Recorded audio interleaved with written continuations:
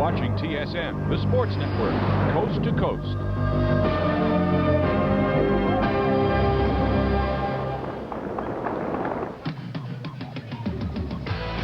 Two great drivers, both with the same goal. Nigel Mansell, the Lion, the reigning IndyCar champion, best in the world. Michael Andretti, a former champion, a man with a mission. 3 years ago, it was Michael's turn to hoist the Champions Cup. But a year later, Michael struggled. Little went well. And then last year, he tried to carry America's colors in Formula One. It was a series of disappointments. This year, Michael's returned to the IndyCars. 2 weeks ago at Surfers Paradise, Australia, Michael faced the Lion for the first time. Nigel moved early. But Michael drove deeper, seeking to prove that he planned to regain his tarnished reputation. Now it was Nigel Mansell's turn to taste the bitter frustration of the chase. He spun not once, but several times. While Nigel could do little, Michael could do no wrong, giving his brand new Reynard a win in its first outing and a much-needed boost to his ego. But it's a longer season, and the two will face off again and again. Today, it's the second race of the PPG IndyCar World Series at the Mile in the Desert, Phoenix International Raceway. It was here in practice last year that Nigel first tasted the wall, was hospitalized, and missed the race. Paul Tracy led 151 laps and then crashed. His Penske teammate, Emerson Fittipaldi, took over the lead, and then the wall. The final 29 laps went to Mario Andretti, his first win in 5 years. But it's a new day, and Michael and Nigel and 26 others are ready to play in the desert sand.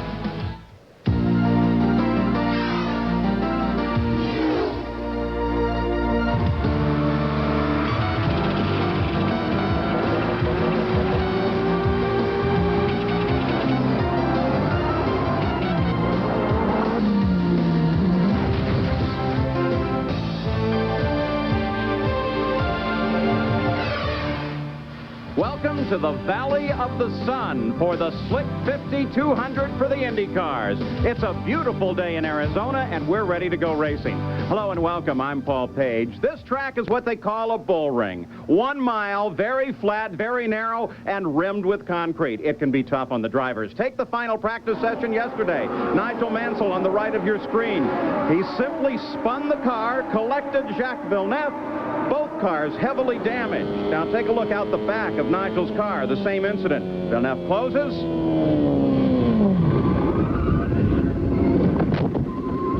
And is trapped against the wall. Both the crews with a lot of work to do on those cars. A fascinating front row here. Let's meet that front row now with Gary Gerould. Paul, there was a lot of drama to get to the front row, and it involved two young Canadian rising stars. Paul Tracy, driving for Team Penske, age 25, no stranger here. He's been in the front row many times in the past. The real surprise, however, is next to him by just 0.02 of a second. Villeneuve is here, and he has had the elation of a 23rd birthday just yesterday, starting in the front row in only his second IndyCar race, then that crash. Crew worked till 1:30 this morning. They've made the repairs. Will the car work in traffic? That's the question now. As for Mansell, let's go to row 2 and Jan Beekes.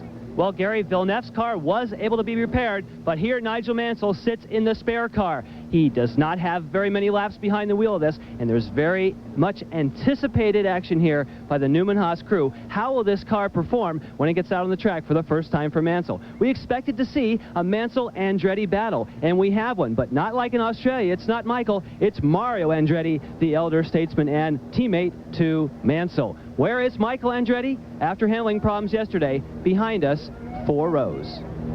Well, Jan Beekes, all of the drivers here face the same challenge. It requires incredible suspension tuning in order to run fast here, Derek. That's right. Whenever you have 150-mile-an-hour corners, you really need to have exceptionally good handling. But one of the rule changes for this year stipulates the use of a much smaller rear wing. So the smaller wing, that means less downforce, right? As much as 15 or even 20% less downforce. Now, less downforce means less grip. Less grip is why a lot of these cars have been very loose, as evidenced by Mansell's problem yesterday. So if the back end is kicking out on all of them, that's got to be tough on the driver. Exactly. Can you imagine at speeds of 190 miles an hour racing between the concrete walls with a loose condition that's potentially very dangerous? That is a reality, and it is a problem they will have to deal with very well this afternoon. Well, the drivers, as you saw, have already moved to the cockpits of their cars, and we're very close to a start here. 28 Indy cars are ready at...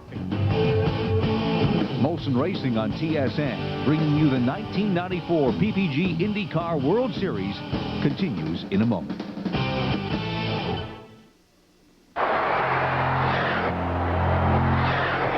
The Molson Canadian Stanley Cup Contest. Win a trip to 2 1994 Stanley Cup games and a chance to shoot for $1 million. Or win one of over 500,000 official NHL prizes. Scratch the neck label or call for details on entry without purchase. The Molson Canadian Stanley Cup Contest. Take your best shot. Today's race is brought to you by Molson Breweries, proud sponsor of the Molson Indy, Toronto, and Vancouver, and the Molson Grand Prix of Canada, and by Honda, in touch with what moves you. The start of the engines. Let's take a look at the starting grid. On the pole with a new track record is Paul Tracy. He led 151 laps here last year. This is his first oval pole. Alongside is French-Canadian Jacques Villeneuve. He turned his lap at 20.442, 18 thousandths of a second behind Paul Tracy's run. In row 2, it's Nigel Mansell making his first ever start at Phoenix, and Mario Andretti, the defending champion, making his 42nd and final PIR start. In row 3, Raul Boesel, he finished second here last year. And Emerson Fittipaldi, coming off a strong second-place finish in Australia. Row 4, Robbie Gordon, his best ever start on a 1-mile oval. And Teo Fabi, who won here in 1983. The 5th row, Al Unser Jr., looking for his second career win on a mile oval. And Scott Goodyear, last year's pole winner. In row 6, it's Jimmy Vasser, who finished an impressive 3rd here last year. And Michael Andretti, the 86 Phoenix winner. In row 7, Scott Sharp, who makes his 3rd IndyCar start. And his teammate, Dominic Dobson, starts alongside. The 8th row, Stefan Johansson, a 7th place at Nazareth, is his best finish on a mile oval. And Adrian Fernandez, starting his 7th IndyCar event. In the 9th row, it's Davy Jones driving his first full season for A.J. Foyt.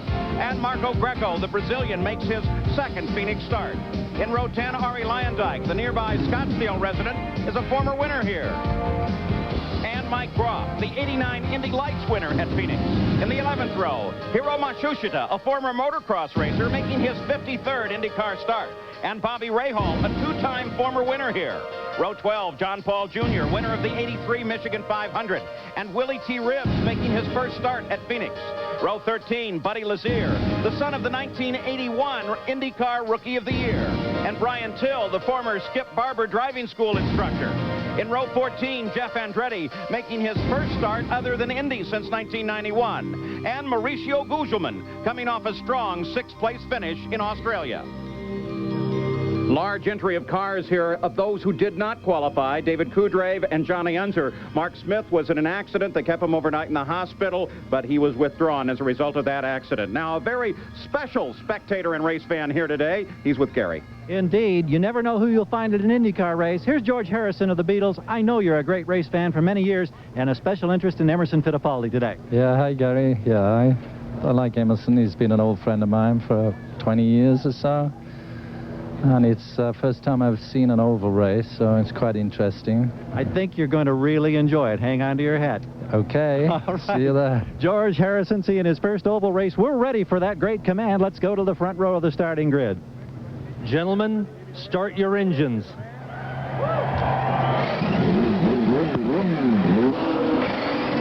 Here we go. The engines come to life. Let's set the field for you.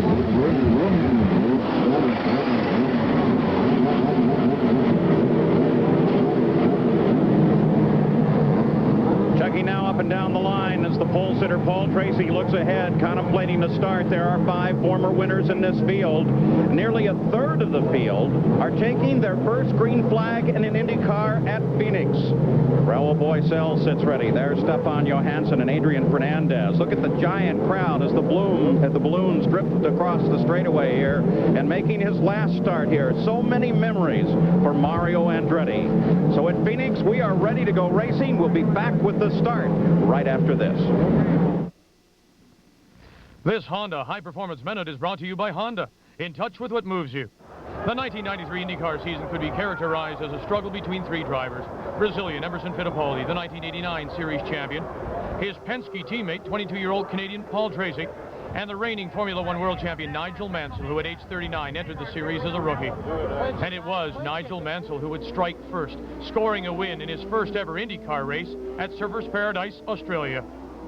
22-year-old Paul Tracy dominated the next two races, scored his first win at Long Beach, and letting everyone know he was a threat for the IndyCar championship. Emerson Fittipaldi waited till the Indy 500 for his first win, and it was $1 million payday at Indy. And these three drivers then met head-to-head in New Hampshire in what many people call the most spectacular Indy race ever. Mansell would celebrate his 40th birthday with another win. Yet despite 5 wins by Tracy, it was Nigel Mansell who would capture his first IndyCar crown in his rookie season. Motor Trend calls it the most fuel efficient, the best performing, the quietest, the strongest, and the safest Accord we've ever built. And they named us Motor Trend Import Car of the Year. Now you can lease an Accord sedan from just $298 a month with the added feature of no-charge air conditioning. Leadership leasing from Honda. We won. You win. Parade laps here at Phoenix. There are some other very special stories here today. Let's go again to Gary Gerald. The learning curve for Honda and their entry to IndyCar has been extremely tough. They knew it would be, but they're disappointed that they're starting 20 and 22nd today with Mike Groff and Bobby Rahal. The problem, horsepower, the lack of it on the ovals. They're down 10 miles per hour here in straightaway speed, but they're confident. Bobby Rahal says our goal today is to finish in the top 6. A young man we want to keep our eye on is Jimmy Vasser. Jimmy finished 4th in the opening round in Australia. He finished 3rd here last year. He's been among the quickest in all the testing leading up to this race. He qualified 11th. They had handling problems, but look for Jimmy Vasser to move to the front. All right, as the field begins the pace lap now, here's what's on the line. The race record held at 138 miles an hour, and the pit stop probably should hit in at about the 64th lap, but of course that depends on the yellow flags. And there is what the track looks like. That little dog leg close to you, we're looking from the backside over to the front, is what can be so difficult. Now the field begins to align itself. You can see them there. The front 3 rows are already well aligned. And the pole sitter, Paul Tracy, his first oval pole, looking very strong this season, looking for a championship. But look alongside him, Jacques Villeneuve. By the way, the pronunciation has changed at the request of Jack himself and of other members of his teams. I know we've been calling his uncle Jacques Villeneuve for years, but this is the way we do it. Off of the 4th turn, they look for the green flag. Jim Swintal has it. And we'll see if he gives it to the field as they come down. They look nicely aligned here. 200 miles lie ahead as the green comes out. Paul Tracy sweeps across the front. Nigel Mansell comes up into the 2nd row. Nigel moves into 2nd place. 3 wide as they come off of the corner. And you can see that Villeneuve, the lack of experience, he backed right off. But Boesel was one of those who got a superb start. As Tracy flashes across the line, this is the first time since 1988 that the pole sitter has actually led the first lap. So it's Tracy, followed by Nigel Mansell, and then Villeneuve, and then the 2nd Penske car of Emerson Fittipaldi. Al Unser Jr. is working his way up through the field, so is Robbie Gordon. Tracy last year was in total control of this race, and he threw it all away trying to lap back markers. He has matured, he tells us, because it is so easy to make mistakes here because the speeds are so high. He'll be in traffic before too long. Remember the accident in final practice yesterday. The video originally looked very much like this as Villeneuve began to challenge Mansell. Now it's a fight for 2nd place on the race course. Villeneuve is a rookie, so is Mansell at this track.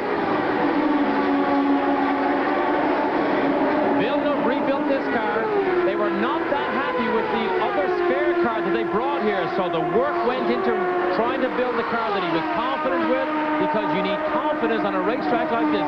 Look how close he is still to Mansell. Villeneuve looking for the opportunity now. Over to the front side again. Fittipaldi patiently waits, running in 4th place. Mario Andretti is 5th. Teo Fabi 6th. Robbie Gordon 7th. Now he's stuck right up in the back. Villeneuve darts to the inside, lets him know that he's there. through 3, through 4. Laps being turned here at just over 20 seconds a lap. There's the traffic. Jeff Andretti in the Euro Motorsports car backed by Gillette for this event moves over and lets the leaders through. 5 laps. 5 laps, and the leaders are already overhauling the back of the field. That's another reason they call him a bull ring. Look what happened there. The traffic allowed Mansell to draw out 5 or 6 car lengths on Villeneuve, but we'll see when he close back up. There's Mario. Mario Andretti, he runs in 6th place.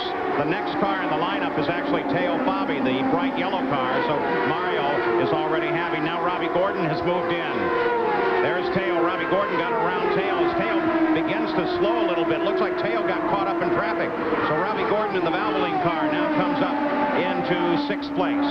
And it was Jeff Andretti who was caught in the mix there. He didn't know whether to go high or to go low. He stayed in the middle, and they went round both sides. There's little Al, has not had a very good weekend here so far. Al Unser Jr. has been struggling. He now runs in 8th place behind Scott Goodyear and tries to challenge Scott. The leader, shades of last year, remains Paul Tracy. He led 151 laps here, only to end his day against the wall. Probably a bit of a surprise to most people that Al Jr. really did not start heavily in Australia and has struggled here this weekend. Al Jr. is a slow starter. He likes to build up confidence in this car before he begins to push it. So, as of yet, he has not begun to hang it out. Al Unser Jr., though, has finished 2nd, 3rd, 4th, 5th, and 6th in the last 5 years. Is this time for a first? As he tiptoes his way up through the field. Whoa. Look at Scott Goodyear, qualified 10th, wasn't happy. The stagger grew way too much on the inside of that car during qualifying, which meant it gave him tremendous amounts of understeer, and he qualified slower than he had hoped. Battle for 5th place as Robbie Gordon now closes on Mario Andretti. Mario, the Texaco car there. He has a red roll bar. Look at this. Nigel Mansell comes up and very quickly overhauls Paul Tracy. He has now won every race computed on a 1-mile track. Let's see if he can do it with this win here today. Well, so he took 2 or 3 or 4 laps to settle everything down, but he has dragged Villeneuve along with him. So is Tracy slowing down, having shown tremendous pace in those opening 3 or 4 laps. Is he showing patience now? Is this a new Tracy that knows that he doesn't have to lead in the early going? Well, showing patience and slowing down are 2 different things here. Emerson comes down under Villeneuve. Emerson tries on Villeneuve, doesn't get the job done, but he's right there and beginning to worry, the young Canadian. 23 years old yesterday. Currently running in 3rd place. Then Fittipaldi, then Gordon. You saw all of them together. And of course, everybody expected Michael Andretti to be the leader in the new Reynard camp on these ovals, but it was Villeneuve, who Barry Green speaks so highly of for his engineering ability and feel for this car at such a tender young age. He said a definite star of the future. Now everybody at the front of the field having to overhaul the back of the field. One of the problems, you're getting a hint of it here. It is very windy. In fact, there are gusty wind warnings in the Valley of the Sun, the Phoenix area, and it's been blowing debris and sand onto this racetrack. Look at Villeneuve. Now, he said after qualifying, his biggest problem will be dealing with traffic. He has never had to do this before in cars this big and this fast. So he is on a huge learning curve here. But I'll tell you what, he is learning fast. Back onto the main stretch. As he continues to hold off, but charging Emerson Fittipaldi. On Beacus, you have an update on Villeneuve. Well, yes, we do. We speak with Barry Green, and he gave us a thumbs up. He said it looks like all the work we did till the late hours last night had paid off. He's happy with the car. Right now, as you're talking about, he's gaining lots of experience at the front. Now this despite the fact that they don't have all the poke. How high he gets there and then chops off the corner. Nice piece of driving, just keeping the car off the wall and staying in front of Fittipaldi. They don't have all the pieces on this car they would have liked. They had some special pieces for here at Phoenix, and they were damaged in that crash. Now that move there that you just saw by Jacques Villeneuve shows the confidence he has in the car. He pulled high round the outside of John Paul in the Team Losi car and had the confidence that that car has the grip all the way around the outside. Very brave move. We're with Robbie Gordon now. 5th place car looking forward. That's John Paul Jr. just in front of him, and here comes little Al. made the move. He had the patience, he stayed and he waited, but look at Gordon round the outside. Oh, as they split the difference, Little Al holds the position, stays in 5th place.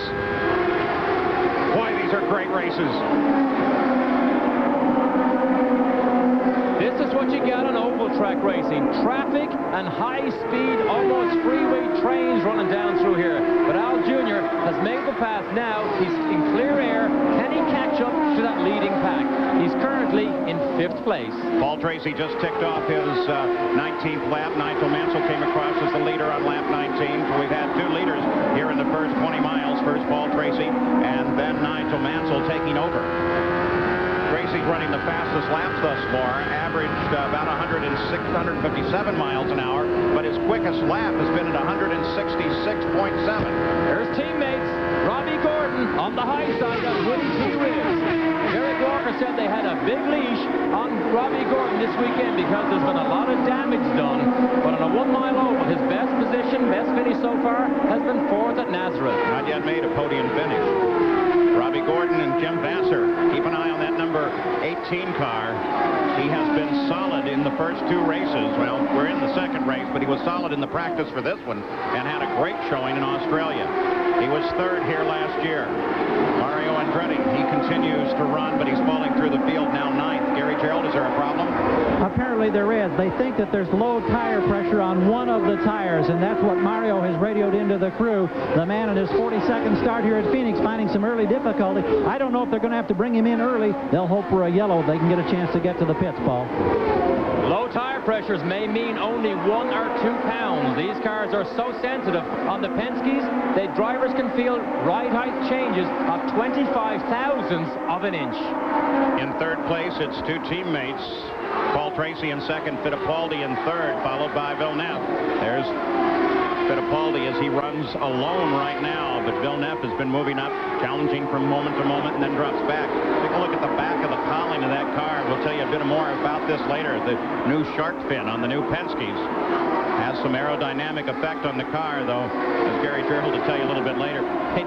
They're not talking very much about it, and everybody just has to guess. Now Fittipaldi closes on Tracy. And Tracy may be trapped. No, Fittipaldi can't get it done. They both move to the outside. That's Machusta. He moves down to the inside, and the biggest problem for Fittipaldi is Machusta can see Tracy. Fittipaldi hopes that he also sees him, because if he goes for the gap, Machusta better just stay exactly where he is, which he did. Remember Paul Tracy, that great race in New Hampshire last year with Mansell?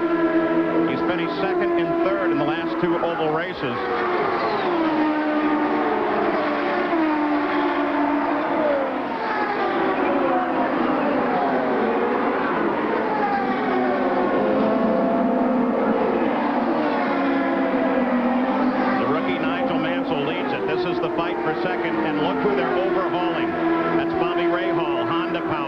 He runs 18th.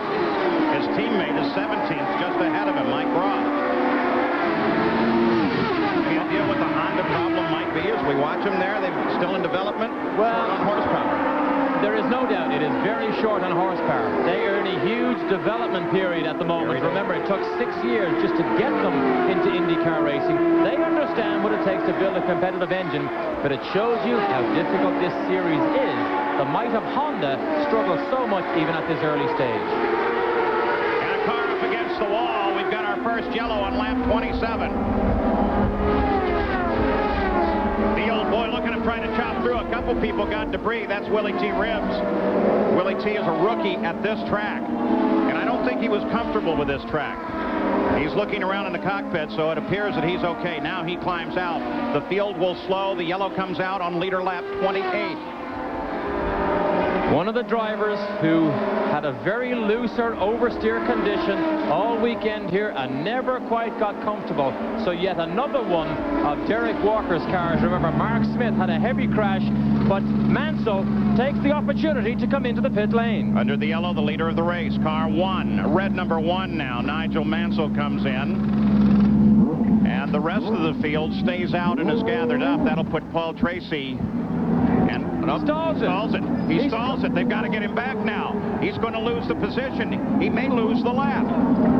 Now there's the gamble beginning to run away from him. He took the gamble. Mario's in. Villeneuve passes him. And look at this. There comes the lead of the race around. Tracy and Fittipaldi behind the pace car. The blend line's going to be real important. How is that situated here, Derek? Well, you'll see it right now. As you come back out onto line, on the back straight, if you're ahead of the blend line before the pace car gets around, you can filter into the line, as Villeneuve does right there. Now, Fernandez, if he'd have moved up, Villeneuve would have to keep going all the way back. So you depend on a bit of professional courtesy.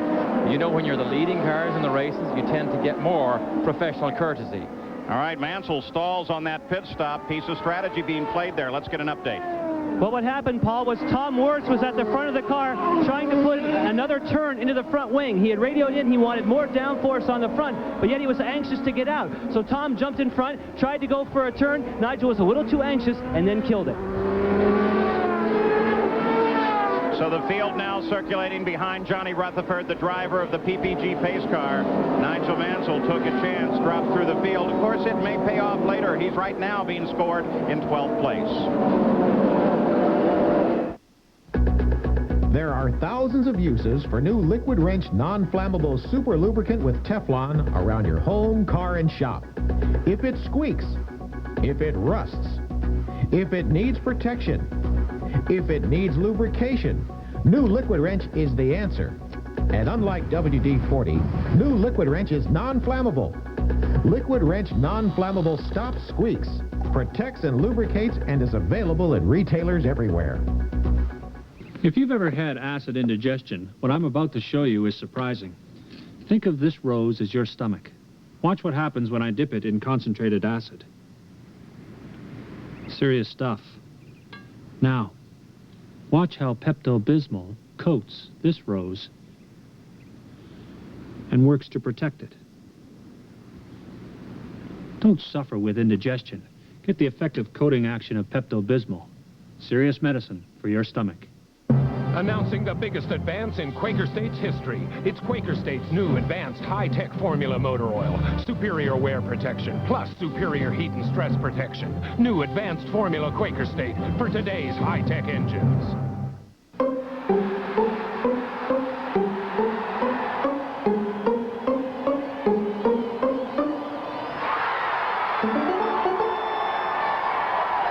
At Mr. Sub, fresh thinking is what we are. At the Slick 5200 Phoenix International Raceway, under our first yellow of the day, the leader, Paul Tracy, has completed 32 laps. And here's the way they're lined up behind the pace car under the yellow. You ride on board with Michael Andretti, who is not having his best day. He is a lap behind the leader, running in 14th place. The first 9 cars, that's through Jimmy Vasser in the order, are on the lead lap. But because of that blend line, people like Bobby Rahal, Villeneuve, Mansell are a lap behind the leader. Let's go to Gary Gerald. Interesting strategy in the Penske pitfall. Roger Penske, with 3 cars, of course, elects to bring in Al Unser Jr., a 10-second stop for fuel and 4 tires. They've left both Tracy and Fittipaldi out there now. It's a bit of a gamble, but we'll see if they get another opportunity before lap 64 to duck in. Very well, as you look at Roger Penske, they're always innovative and work with it. Along with the new chassis and engines entering the field for the 94 season, Gary Gerald explores how some teams are making additional aerodynamic improvements.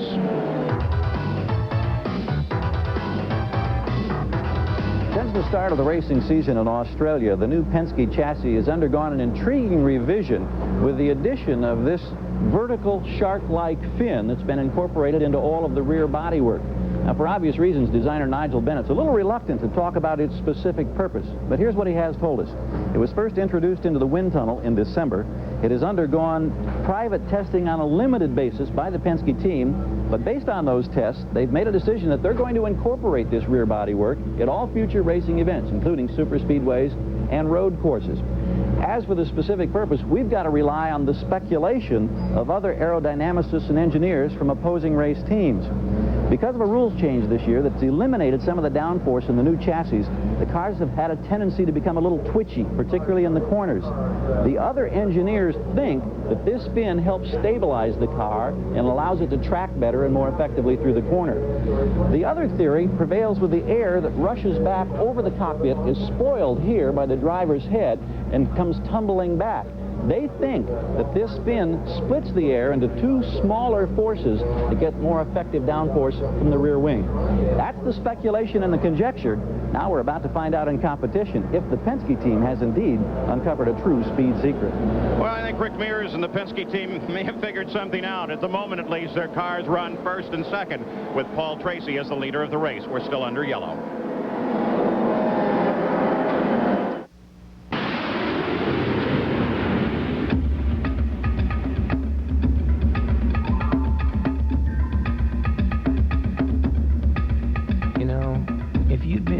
Just a few seconds earlier, you would have got the new high-performance tires from Hankook in action.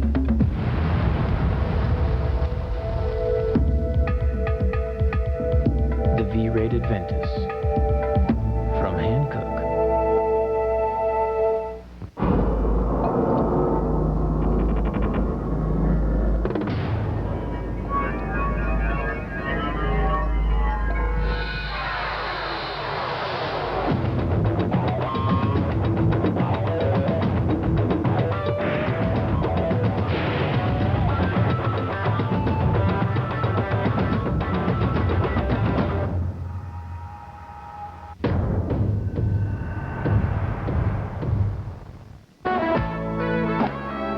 TSN delivers sunshine and sweet swings from Florida at the PGA Seniors Championship. Opening round coverage tees off Thursday afternoon on Real TV, TSN.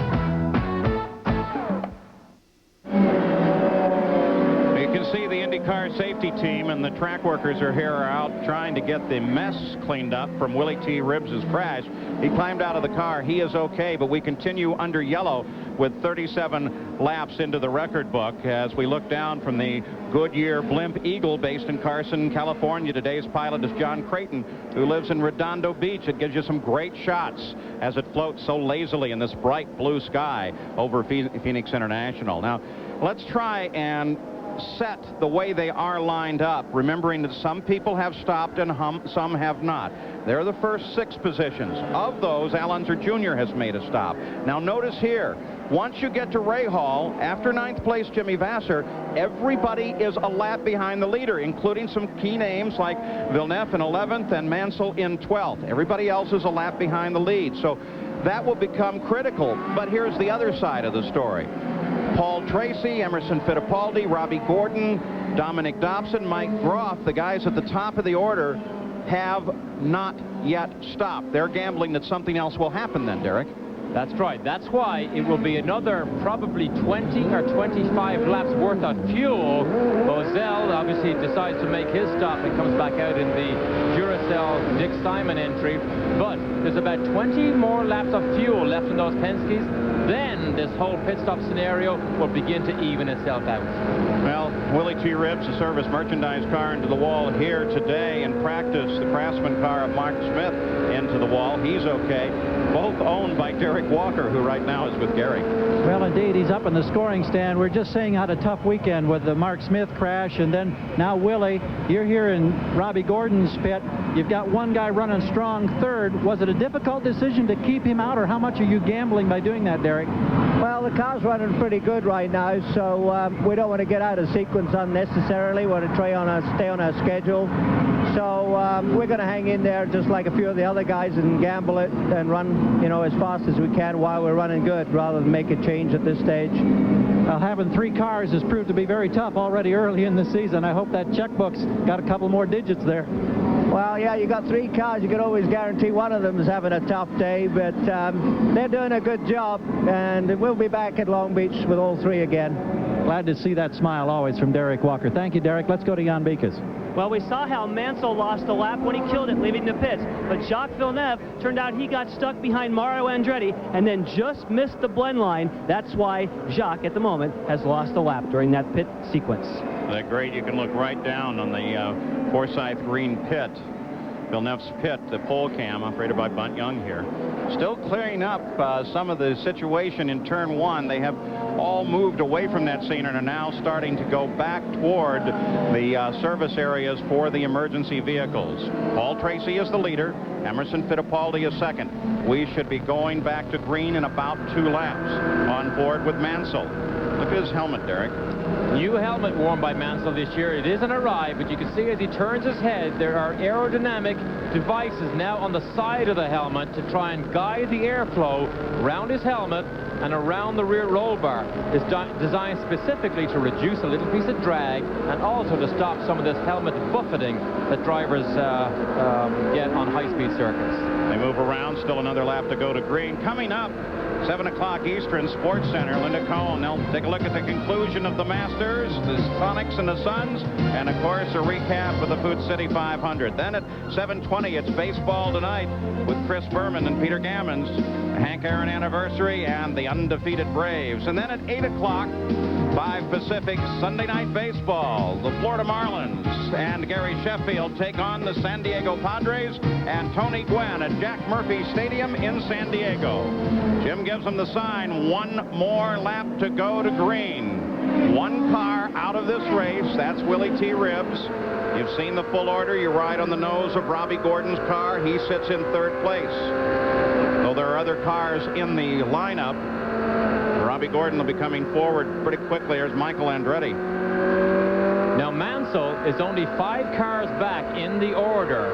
So Mansell, remember, was very fast at the opening of the race. So let's keep a good close eye on him to see if he can attack Villeneuve and the Penskes and try and get back on that leader lap. And tracking Michael Andretti as well. He is 14th, lap behind the lead of the race. The pace begins to quicken as Paul Tracy brings them back toward the green flag, almost at full race speed as he comes off the 4th corner. And on lap 41, we're back green. Boy, he got a good jump on that one. That was a great jump, and it's such a huge advantage to try and anticipate that green flag as you come through turns 3 and 4. But there's Mansell. The first man he needs to go after is Villeneuve. And if he can pass Villeneuve, Villeneuve needs to hang on to him because he's a lap down too. So the Lion is on the prowl. Villeneuve just ahead. Let's watch and listen.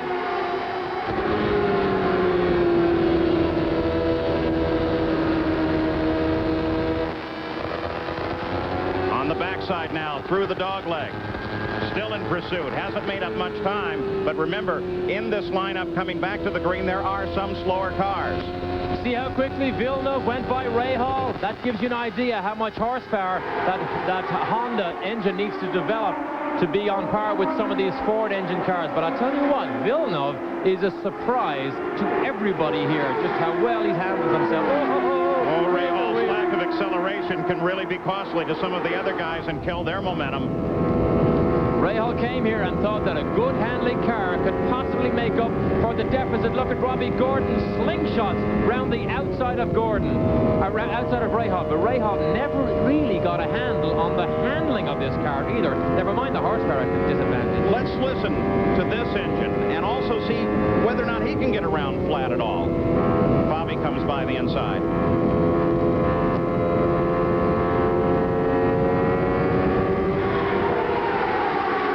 So Rahal struggling. Now Gordon on the attack.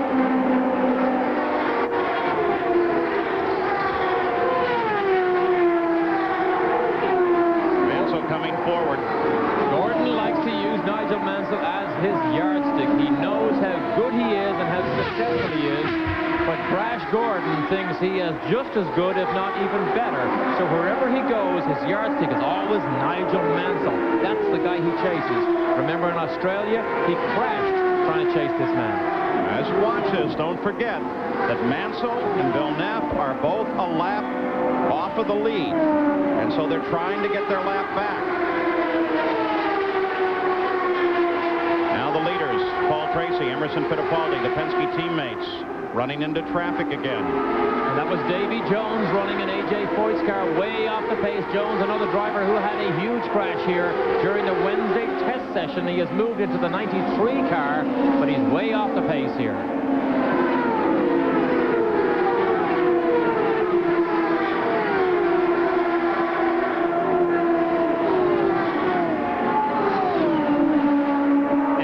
just sit here. Look at Tracy make all the brave moves. Emerson can sit back, read the situation, see what's going on, because he knows they have two of the fastest cars in this race as they again move on the high side to go around Jeff Andretti.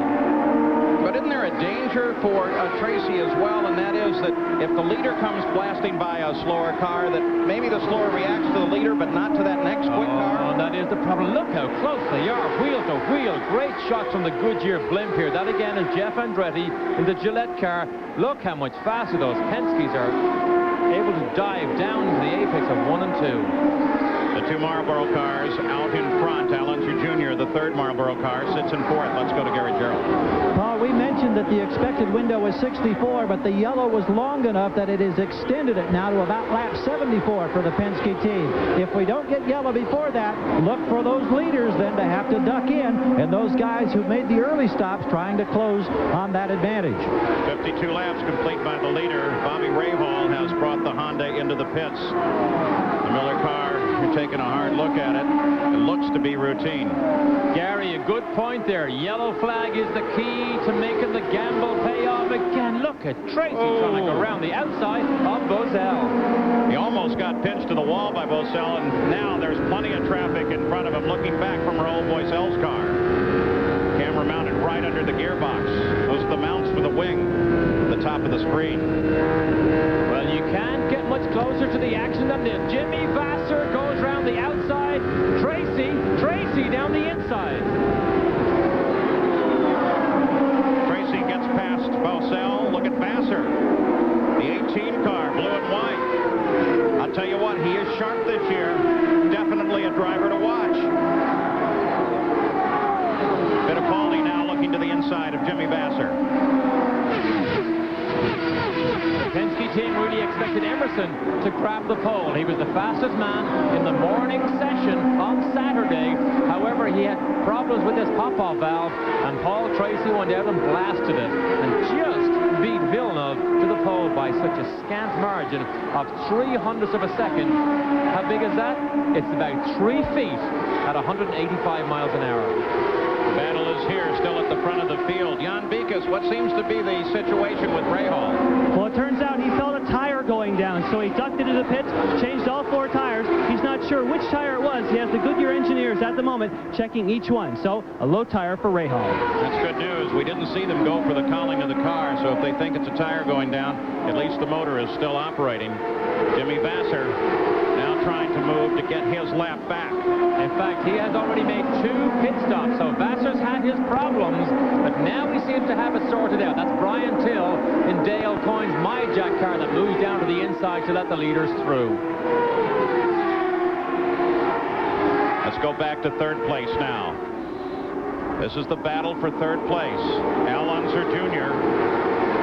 is closing on Robbie Gordon. There's little Al. You see him as he ducks under some slower traffic and now is in straight pursuit. That's Rahal just behind, but remember, he's just coming out of the pits.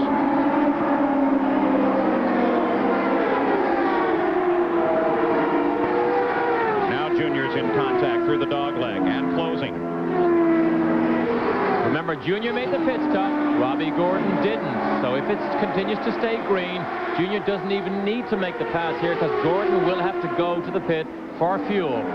When you have 3 cars like Penske has, you can take a gamble with one of them. They did it with Al Jr. Now, because they did it with Al Jr., and the car is lighter, I mean, almost 300 pounds, the fuel load difference from full to empty. Is this car operating better now? Well, Junior's will be heavier because remember, he took the fuel on. Right. Gordon's should be considerably faster. That's what I meant. Yet he's not able to get away from Al Jr.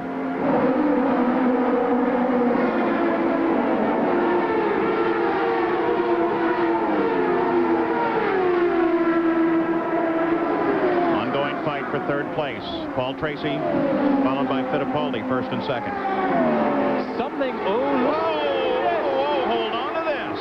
Al Jr. takes the low road and Gordon takes the high road and Al Jr. pulls it off. Something we should probably mention, you see the traffic jams here? Yep. The number of rookies we have in this race, when you race wheel to wheel at 150, 60, 70 miles an hour with somebody, you like to know a driver's style. Well, with so many rookies, the experienced guys do not know the style of many of the drivers are racing with here. So you have to add in that extra little inch of caution. So at the top of the field, Paul Tracy, followed by Emerson Fittipaldi. Al Unser Jr., the yellow has come out. We've got a car against the wall, and it looks to be... It's a Penske. Oh, no! Oh, my goodness, how did that happen? The yellow had been out for some time. Jacques Villeneuve got high, coming through 3, up into the gray, and absolutely rammed into one of those stationary cars. The yellow flags are out everywhere. We've got several cars damaged. We'll keep track of this, and when we come back, we'll let you know exactly what's happened here. Debris all over the 3rd and 4th turn.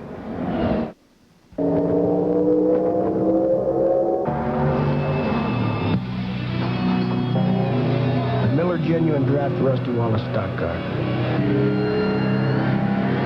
See it. Hear it.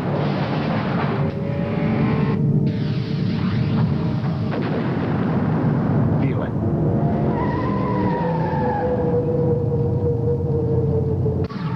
Catch it, if you can.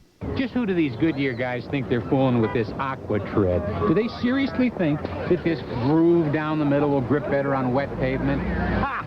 Prepare to be embarrassed! How effective are Goodyear Aqua Treads?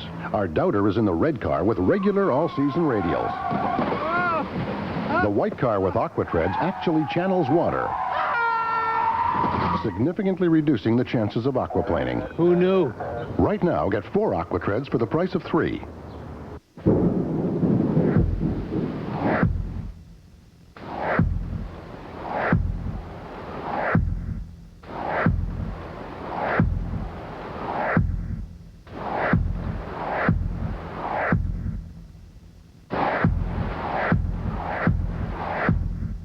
Only one wiper blade has the aerodynamic shape that gives you perfect rain sweeping pressure even at performance speeds.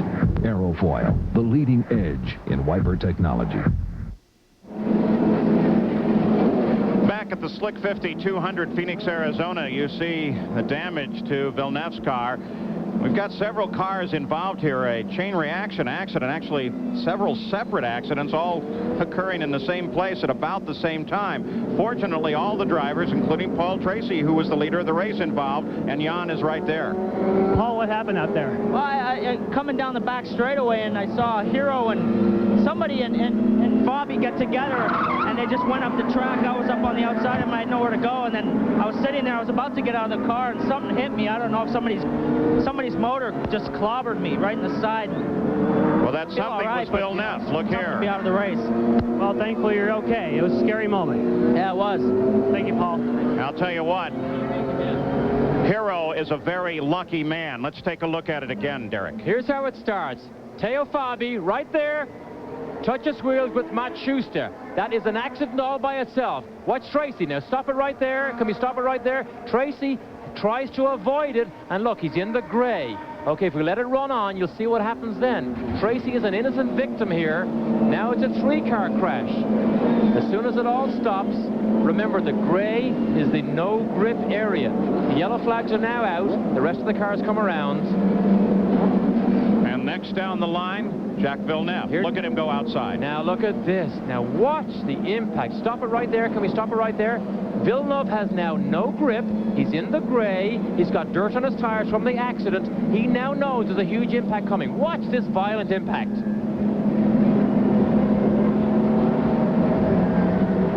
That is the scariest piece I have seen in IndyCar racing for many years. It is phenomenal that Jacques Villeneuve stepped out and walked away from that Reynard. Michael Andretti said when he drove this car first, this is the strongest racing car I have ever driven. There is proof of the point. By the way, also Dominic Dobson, look there in the middle. That is Hero. He's talking with 2 of the safety crew. He was the one in that car that was hit. Jan Beekes is right there. Jan, he looks like he's fine. Let's go first to Gary Gerald, who has Dominic Dobson also involved. This was a scary, scary incident, Dominic. What were you able to see, and what can you tell us? Well, all I really saw was Fabi up in the wall, and then Villeneuve absolutely T-boned him. He came down across, and I just there was nowhere for me to go. I was down far inside, and I was trying to get slowed down, and there's just no room. And so much disappointment because you were been running so well up there in the top 5. Well, I'll tell you, the PacWest team, my hat's really off to them. They did a fantastic job getting both Scott and I in the field, and we're running strong, and I'm just disappointed for the team. I know they worked very hard. We'll see you next week at Long Beach? Okay, we'll be back. All right, thanks. Paul? We also saw Teo Fabi, who was in the accident, walking by. Let's get an update from Jan. Well, Hiro Matsushita is now in the ambulance, but we spoke with him briefly. He is okay with the exception of a sore shoulder. So another very lucky man here. Well, look at that. There is Hiro's car. I'll tell you what, Derek, you can't say enough about what happens is all of the designers, the Nigel Bennett's, Renard, they all get together and they decide what the safety will be, that this nut has to be that strong and that bolt with this much shear. It pays off in moments like this. That there is Matsushita's car. It is broken in half. They broke the engine and gearbox off the car. Teo Fabi also in the accidents with Gary Gerald. Teo, what can you tell us now from what you were able to see out there? Well, I was trying to go by Gugelmin. I think it was Gugelmin. And when I was already in front of him on the outside, I think he moved over. And my rear wheel went over his front wheel. And so he just met me spun and I went into the wall. This racetrack is known for the fierce traffic, and you have to concentrate so hard, but sometimes I guess there's just nothing a driver can do. Well, you see, you suppose that the driver you are overtaking stays on the same line, and when he moves, it's too late. We're at least happy you're okay. Thanks, Teo. Thank you. Paul? A lot of work to do up on the track to get all of the debris and cars away. Let's take a look at this accident again. Let's just listen.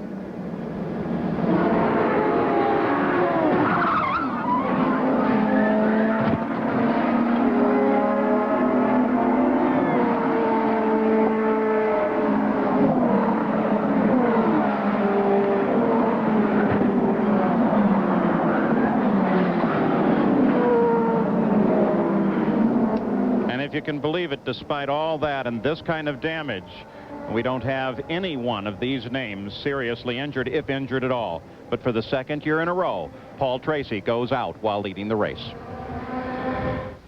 The Players Limited 200 returns on Victoria Day weekend, May 20th to 23rd. Motorsport's biggest event of the year features the excitement of the Players Limited Toyota Atlantic Championship. On the road course, the Players Limited Toyota Atlantic. High-Insil's Trans Am. And a total of 6 car races with motorcycle races on Holiday Monday. While a full ACT stock car program races on the half-mile paved oval. Don't miss the country and western concert, tailgate party, and chili cook-off Sunday evening. Tickets at Ticketmaster are at the gate. The Players Limited 200 at Mosport on Victoria Day weekend. May 20th, 21st, 22nd, and 23rd.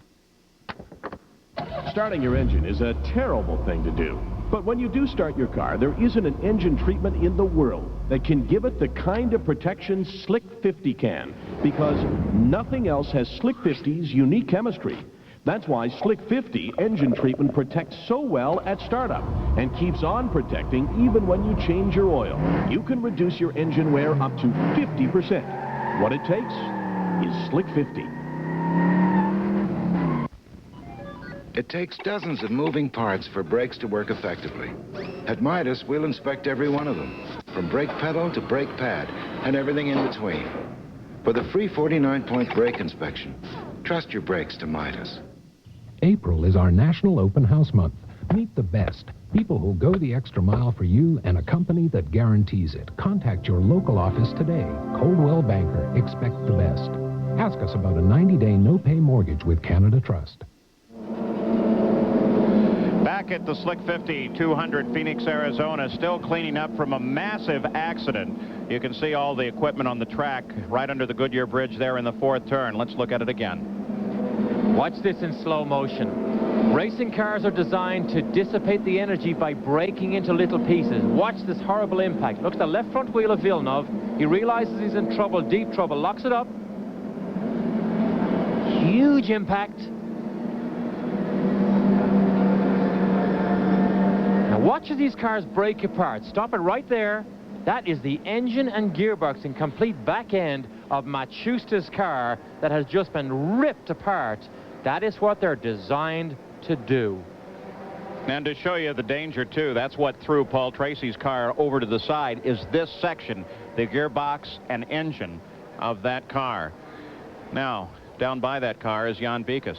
Well, they're lifting that car at the moment, Paul, and fuel is pouring out from it. The methanol fuel is being diluted with water from the safety personnel. What they're trying to do now is to lift the back of the car so that fuel cell will stop leaking. But what they were doing while it was leaking was diluting it with water. That's what keeps it from bursting into flames. Let's check in with Gary. And here you see Villeneuve's car as officials bring it back now where they will take the excess fuel out of the tank. But look at this nose section. This is carbon fiber. Remember, they made a rules change a year or so ago to give the driver more protection up around the foot box. Thank goodness they made that rule change, because that had to be a huge factor in this violent crash for the young Canadian driver. It just ripped the nose literally off of there. That takes tremendous force to rip that away like that. It's very, very fortunate that he was not seriously injured. And that's Villeneuve's car, and we're not talking just fiberglass there. All kinds of deformable structure, carbon fiber. And the Renards, they seem to have the driver a little further back than even the rule requires. That's right, and you can clearly see here the complete pedal assembly is gone from that car, which means Villeneuve probably at the point of impact lifted his feet as far back from the point of impact as possible. But that is a huge crash and a superb test of the Reynard chassis. And look at the bent suspension members, and think of the, you know, it looks like a small piece, but it takes incredible energy to do that kind of thing. Just awesome. Carbon fiber is lighter and stronger than steel. Lighter and stronger than steel. They build a survival cell for the driver to sit inside. You can smash it and break it, but as long as it doesn't get into the driver, you've done your job. Happily, we saw Villeneuve walk away.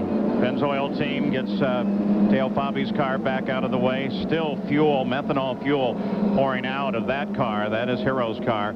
And by the way, this works with methanol. It doesn't work with gasoline. You can dilute with water with methanol and keep it from being flammable. We'll be back with more. We're still under yellow.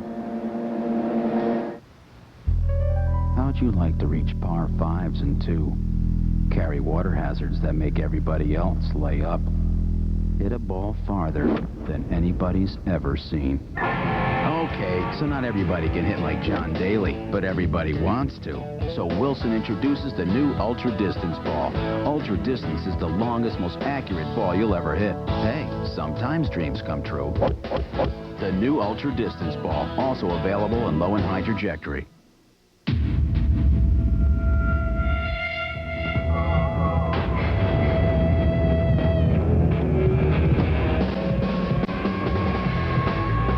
Introducing the new 1994 Acura Integra Sports Coupe and Sports Sedan. Not since Hot Wheels have cars been this fun. Tracks sold separately.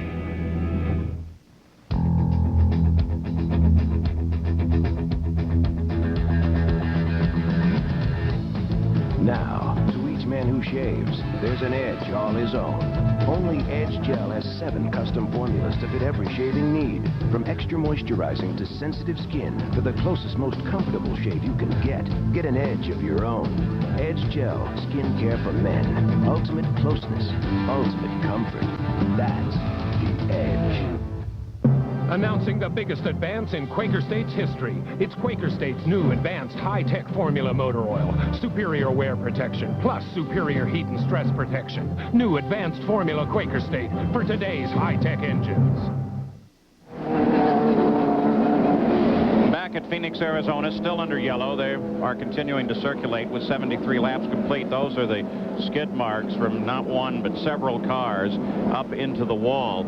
And obviously, they have the cars gone. Well, they still have Dominic Dobson's on the track, but a lot of cleanup to do. They have to make sure not only is just the debris off the surface, but that there's no oil on the surface, no fuel on the surface, and it's ready to accommodate racing. Teo Fabi on the cart, IndyCar safety team emergency cart, as he's probably not heading for the hospital. He's probably heading back from the hospital, and they still are trying to pick up that engine gearbox assembly from Hero's car. So this is going to be a rather lengthy cleanup here. Let's take a look, if we can, at the full field lineup as they run. Now, let's remember, too, that we're talking about cars that are circulating under the yellow. So these interval times you're looking at, they don't count for anything. That's because they're running behind the pace car. Johnny Rutherford at the wheel right now.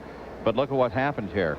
Fittipaldi and Unser Jr. are at the front of the order, so the Penske team still running 1-2 after some tactical maneuvering during these pit stops. The rest of the order we run down, and you can see that only the top 5 cars are on the lead lap. But some key players are gone, most notably Paul Tracy, and also, of course, Villeneuve, who had such a spectacular start here today. And we do have to understand why he moved to the outside after the yellows came on. He made that same move in the same corner yesterday while chasing Nigel Mansell in the final practice, and it trapped him against the wall. Look at that giant chunk. What are we talking there, Derek? Maybe 1,000 pounds, a bit more? The gearboxes, the rear suspension, hubs, and the engine, you probably are. I mean, that's most of the weight of the car right there. And that's what slammed into the side of Paul Tracy's car. He's a very lucky young man. I am so surprised that all these drivers walked away. Now we can go back and have a look at what started this whole incident. Teo Fabi is in the yellow car on the outside as we come into turn 3. Let the video run a little bit here. He's on the outside, remember. Well, good solid touch there. Almost looked as if Matsushita moved offline a little bit and just hooked Fabi's wheel as he went by. But look at that. Did a tire let go there? There's tire debris all over that. See, watch, you'll see a pop right at the back of the car as they see that. Look at that. Look at the left rear on Teo's car. Okay, what's happening go there? Again. Now, is that the contact from Matsushita's car that blows that left rear tire?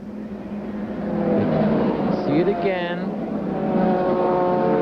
I almost suggest that is contact between Matsushita's car and Teo Fabi, and that started the whole thing. Now remember, this is 190 miles an hour. They approach turn 3. They do get out of the power a little bit, but they're still doing in excess of 150 miles an hour here as they lose control. There's Tracy. He's on the brakes. See the blue smoke? But he already knows he is in the lap of the gods here and gets swallowed up by that incident. Certainly the most major incident we've seen, perhaps. Well, if you don't count Johnny Rutherford's accident here, that's certainly the greatest multiple car accident in the 15 years of Indy cars here at Phoenix. Remember, the first IndyCar race occurred here at Phoenix 15 years ago.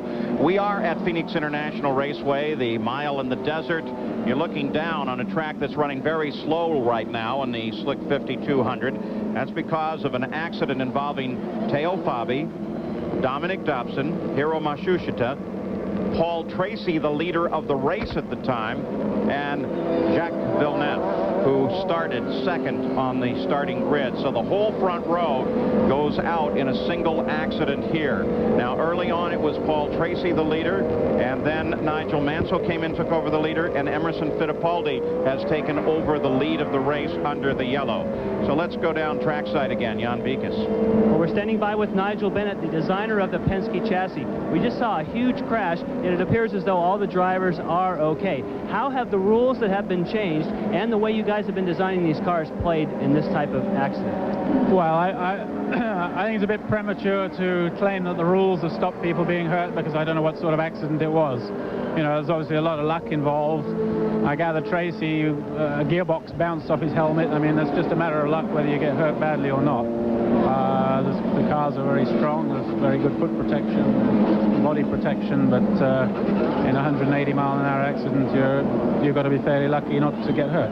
Well, what I can tell you is that there was a car that went and T-boned another stationary car, took a huge impact in the footbox area, and as you said, that played a huge part. Now, a few years ago, that may not have been possible until the drivers were moved back. Well, certainly, you know, the construction of the cars has improved enormously over the years in all forms of serious motor racing, and Indy cars is one of them. Now, there was also a bit of controversy in the past about carbon fiber versus aluminum and then carbon fiber. All these cars now are made completely from carbon fiber, and it does now seem as though that's the best answer. Well, there are various composites used, not all carbon fiber, but I think a composite chassis is definitely the way to go. I don't think there's been any doubt about that for a number of years. Thank you, Nigel. Gary? Well, here's Jacques Villeneuve, who's just come out of the medical center. Jacques, first of all, how are you feeling after this horrific accident? A little bit stretched, but feeling okay. Can you tell us what happened? And the question appears to be, the yellow had been out, and you moved up high on the racetrack and then became involved.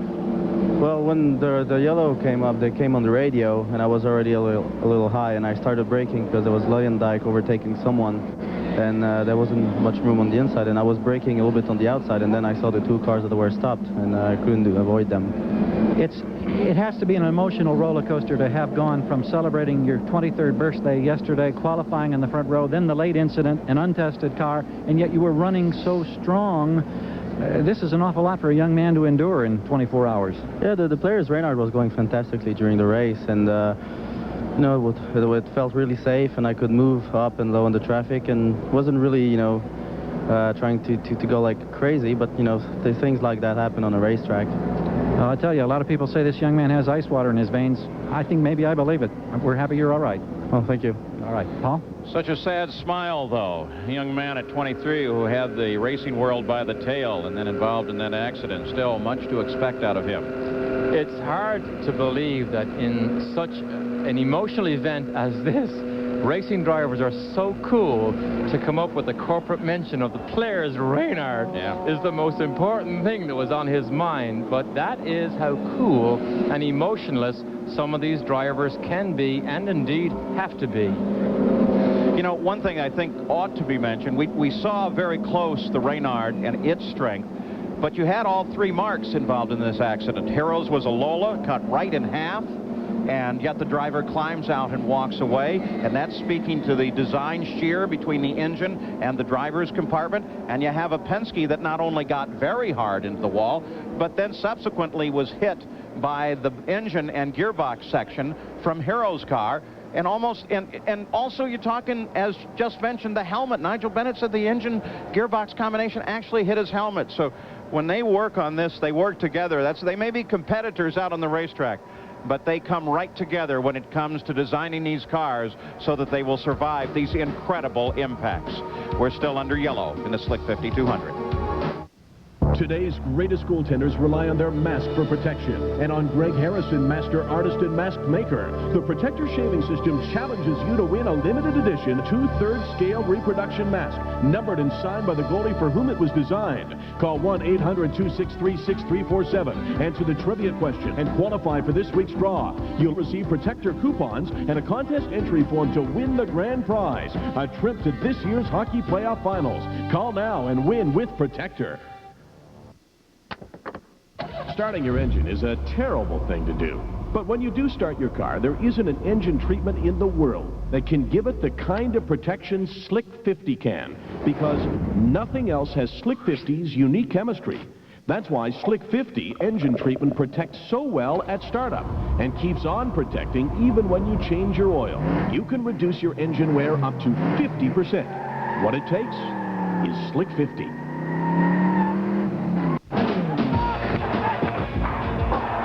This is where hockey is more than just a game. Tradition and young blood collide to mold the stars of tomorrow today on TSN CHL Tonight. Bring home the excitement of major junior hockey with playoff action from the Memorial Cup. Catch the stars of tomorrow on TSN. Hey, Roberto, which is the best pitch you've ever made? The one with McCain Punch. Catch the taste of McCain Frozen Punch. In orange, berry, and fruit punch. McCain Punch is made with real fruit juices to deliver real fruit taste, which makes McCain the punch of champions like Roberto Alomar. Catch the taste. Catch the real fruit taste of McCain Punch. TSN drives away those April showers with the summer sizzle of Splash Barbados.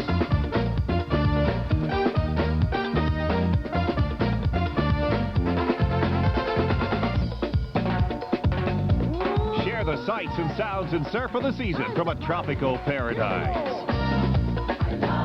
So don't wait for summer. Celebrate Splash Barbados Tuesday on Real TV TSN.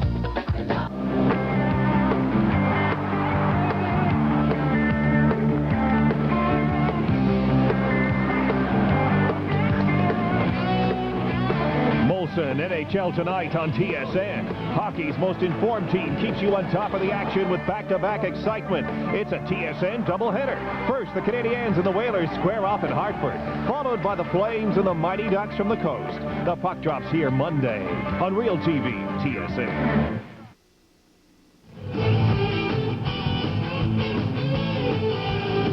Today's race is brought to you by Molson Breweries, proud sponsor of the Molson Indy, Toronto, and Vancouver, and the Molson Grand Prix of Canada, and by Honda, in touch with what moves you.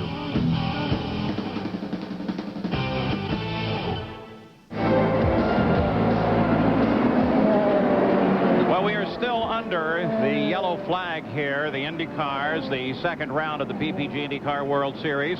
And our second yellow of the day. It's extended now 22 laps as a result of an accident involving Teo Fabi, Dominic Dobson, Paul Tracy, Jacques Villeneuve, and Hiro Matsushita. Gary Gerald is with Dr. Terry Trammell, one of the medical directors of the IndyCar safety team. Indeed, Paul. Dr. Trammell has just come out. He's attended to all of the different drivers. I know the concern right now is about Hiro. What can you tell us, Terry? He's really fine. He has an injury to his left shoulder, just what we call a grade 1 AC separation. He's still in there because we've got an ice compression pump running on it just to help control pain and swelling. It's a relatively minor injury. It won't keep him out at all.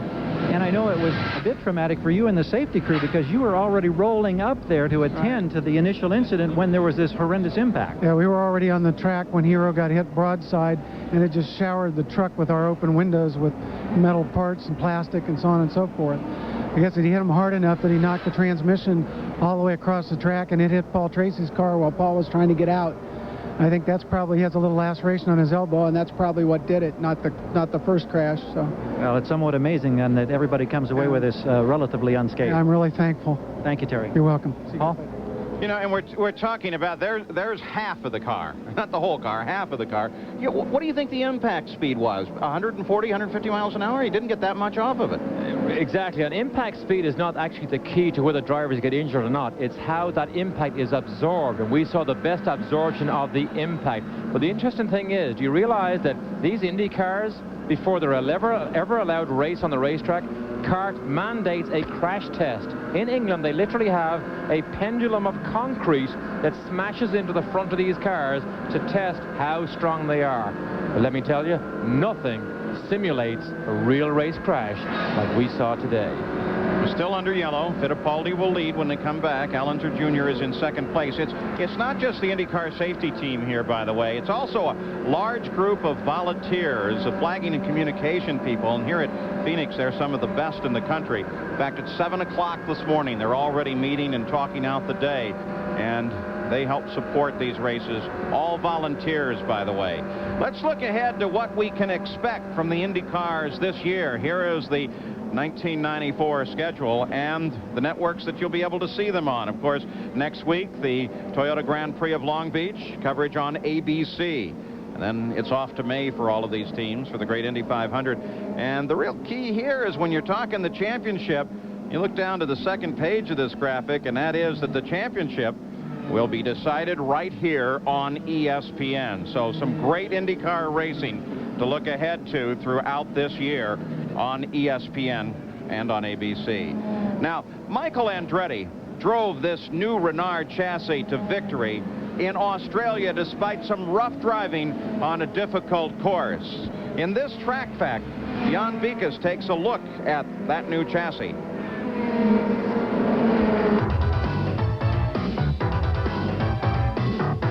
Race car designers are used to designing cars for the high loads of a superspeedway, let's say a Michigan or an Indianapolis, but sometimes they have to design cars for abuse that they might take in other places.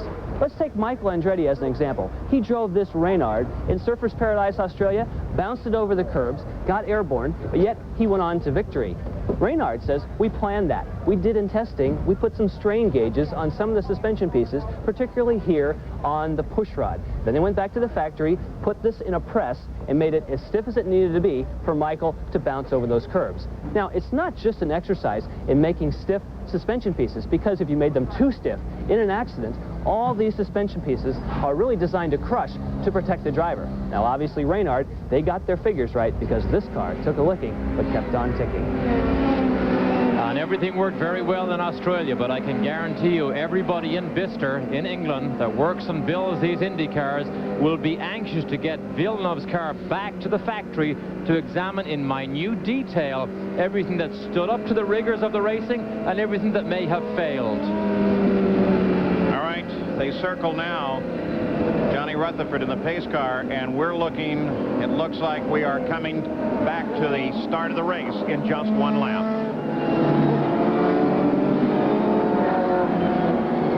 One lap now back to green. They will see the green flag on the 89th lap of this race. Now here's the way they line up.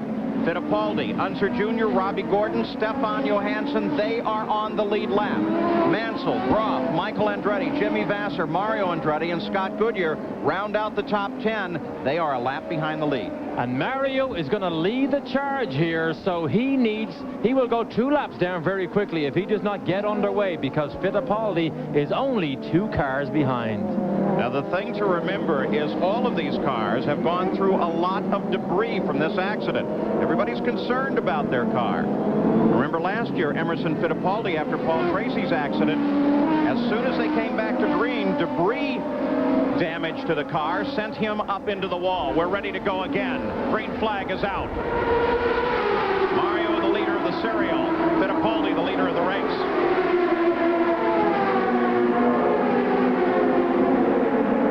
Goodyear goes high, not able to maintain the charge, not able to hold off Emerson. Now the charge and the attack on Mario. There's Mansell. Mansell trying to tuck in, find position so that he can get around and get that lap back. He's going to be racing very hard. If we've had 2 yellows thus far, which by the way is the lowest number of yellows ever at this track, then one can certainly anticipate another possibility. Look at up there as Mario skates a little bit coming off of the second corner. The car must be loose. The worst condition you can have is the car to begin to jump sideways on you between these concrete walls, and Mario has that condition. Look at the way he backs up and holds up everybody. There's Al Jr. about to make a pounce. Jr. trying to get up through this field. Fittipaldi's loose. And pulling away. Jr. wants to stay in contact. Robbie Gordon staying in there tight as well. He needs to catch up to Jr. Key here, though, remains Mansell. He wants that lap back. The car is fast and capable. Robbie Gordon still in attack mode, but Al Jr. hangs on. Maybe this is the race that will give Al Jr. that little bit of confidence that he has seemed to lack since he moved to this Penske team, because he has not shown championship form yet. See the distance there that Fittipaldi's pulled out. There's Little Al running in second. 3.5 seconds the interval. 3.55. Al Unser Jr. running alone now. Look way ahead to Fittipaldi. 3.5 seconds is an eternity on a 1-mile oval. It really is. Jeff Andretti still rotates here on the 1-mile oval, moves aside, but Al Jr. is just running about 0.8 of a mile an hour slower on average than Emerson in the last 2 or 3 laps. Last lap, Little Al really got caught up in traffic. His average fell off almost 5 miles an hour from the leader, Fittipaldi, as he handled up the traffic. And you can see, too, the dust that comes up in that turn every time they go through, where the debris and the oil dry was laid down on the track. Plus, the winds continue to blow here. The American flag on the pole in the center of this track is standing almost straight out. Nigel Mansell, he continues to work his way up, Jan Beekes. That's right. You're talking about Nigel trying to get that lap back, but keep in mind, if he wants to make this a 2-stop race, he has to stretch the fuel right now. So he has to decide, am I going to get the lap back now, or am I going to get myself in the right serial so I can make fewer stops? Right now, a lot of strategy down here. Very good point. The leader of the race has just completed the 96th lap. Can they make this a 2-stop race? They can carry it just a bit further. It's very possible. Al Jr.'s already made his 2 stops. Stefan Johansson, who's currently running 4th, has already made 2 stops, but Emerson and Gordon have only made 1. So riding with Nigel Mansell. He's trying to get that lap back and trying desperately. It was Emerson he followed yesterday in the final practice session when he lost control right there at turn 4. But boy, he got awful close again as he went down into turn 3. Now Mansell comes charging down. That's Fittipaldi just ahead. Looking for room. Last time through this dog leg, Fittipaldi chopped him a bit. Mansell is much quicker through there. On the acceleration out of 2, through the dog leg, he actually pulled more than a car length on Emerson. But I'll tell you what, that Penske seems to be very good as he turns down into the corner, down to the apex. Fittipaldi clears the traffic. That's Adrian Fernandez, who is not in contention here. Long stops early. He runs 17th. He's past Fernandez. See how quick that happens? I mean, Mansell goes right to the edge, slingshots out, wheel to wheel, and just flies by. Now he's got to see all the debris on that front straight. We've had swirling winds here all weekend, and some of the drivers actually contributed the winds to some of the handling difficulties they've had. Fittipaldi, when he flashed across the line on the last lap, completed 100 laps, 100 miles, half the distance. The leader at the halfway point has won 3 of the last 4 races here at Phoenix. Unfortunately, last year wasn't one of them. Paul Tracy into the wall last year as the leader, into the wall again this year as the leader. Nigel looking for that opportunity to try to get back on the lead lap. But remember, it's not only back on the lead lap, he still has a mile of catch-up. That's John Paul. You can see clearly he saw Fittipaldi and he stayed high. Now he needs to give Mansell that little piece of room. He needs to move high. That's it. That's it. Good job for John Paul. Drafted in at the last moment to drive Tim Duke's Proformance Team Low-C car. So Nigel Mansell continues to try and play catch-up with Emerson Fittipaldi so that he can get back on the lead lap. And the Penske cars run first and second at Phoenix.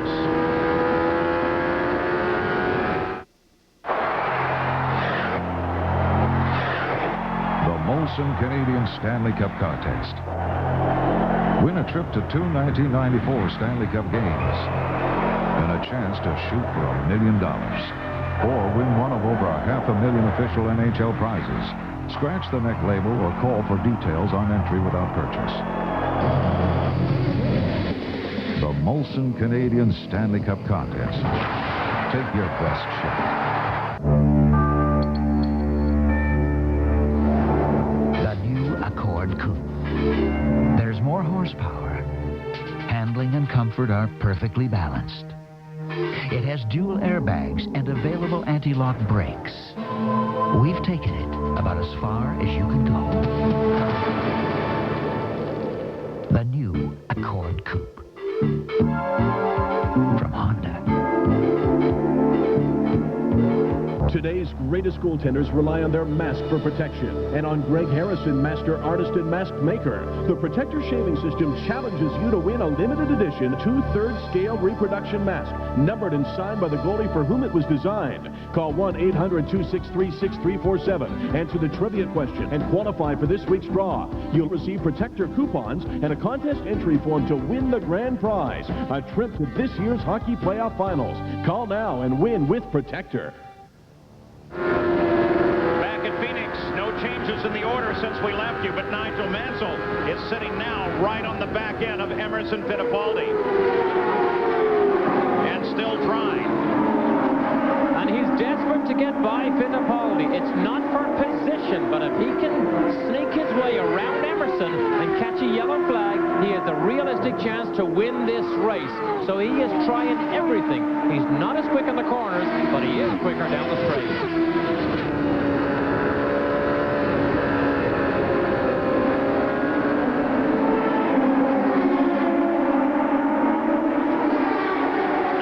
To have his hands full and his mirrors full with Al Unser Jr. So he is in the sandwich here of the Penskes running first and second on the racetrack.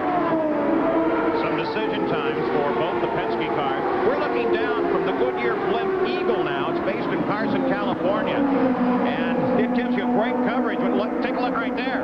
Take a look as they move to the inside, trying to catch up to Fittipaldi. Nigel still trying to work his way through traffic. Can he thread his way here? Well, that gives you a great perspective. Eagle, based in Carson, been providing these aerial pictures. And there she is, he floats over the top of the track here. Great coverage. And a great race. Nigel Mansell still trying to catch up. Once again, all of the drivers in that multi-car accident earlier have been pronounced not totally fit, really only minor injuries. Not only really to Hero, but we wish him well. Possible mild shoulder separation. Look at the debris. What a mess. Winds are really blowing here and blowing debris onto the racetrack. Bozell high. Look at Mansell. Mansell comes low, trying to unlap himself. Plenty of traffic there. Davy Jones to the inside. Jimmy Vasser sits to the high side, and Mansell is back on the lead lap. Brilliant move. A brilliant move pulled off by Mansell. And he did it by lining up correctly and anticipating the slow traffic on the way into turn one. Nothing like a three-rail billiard shot to get through traffic. Boy, you're talking skill. He has patiently waited behind Emerson. You have to be so patient here at Phoenix because there's such high speeds here, and a small mistake can be a disaster. But that was a brilliant move, and that is a battle for position. Right ahead of him, Michael Andretti and Jimmy Vasser. Battle for 6th place. So Mansell's going to have to be careful, recognizing that he is in the middle of a fight as well. And of course, you got little Al now trying to close down on his teammate Fittipaldi. A lot at stake here. Driver may want to be courteous at one of these points, but he can't if he's involved in his own fight. There's little Al to show you the distance back. We must remember Mansell has only made one pit stop, as has Robbie Gordon, as has Emerson. Al Jr. has made 2 pit stops. Here's Nigel's maneuver. A good look. Now look how far behind he is. Emerson gets trapped. Mansell is high. On the power. Powers past Bozell. And powers past Emerson. Perfect move by Mansell. Back on board, Nigel Mansell. Kmart, Texaco, Havel, and Lola. The blimp up there. It's great. Wonder if Mansell looks up. Do drivers ever look up and see what's in the crowd or anything? If you blink, you miss the racetrack. Never mind trying to see what's up above. Blink, don't see that turn. You're gone. The order again. Fittipaldi leads. He just flashed across the line. Al Unser Jr. is second and a half back. Then Robbie Gordon. And then Nigel Mansell, who is well back. But on the lead lap. He ends those on the lead lap. Raul Boesel. Number 5 car, there it is. And how about taking a look at the performance telemetry on this car? Is that cool or what? Telemetry has opened up a whole new world, and Ford Electronics supplies this telemetry to us here. Look at the miles on the right-hand side, 173. Not as quick as it should be. That's why we see Bozell not... At the lead of the race, Al Unser Jr. has now closed, and he is on the back door of Fittipaldi. They come under Mario. Remember, we saw Mario in trouble earlier on. That car is loose. He has made 1 pit stop. Obviously, he's trying to make this just a 2-stop race, or else he would have been in the pits because he is running very slowly compared to the leaders. 119 miles complete, 80 to go.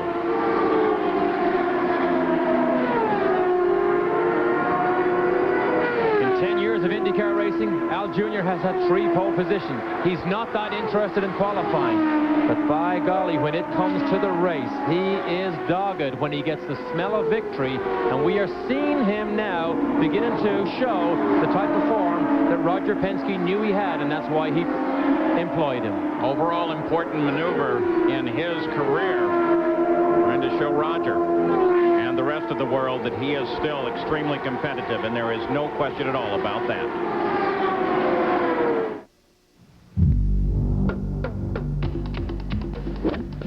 He hit it 421 yards at the British Open.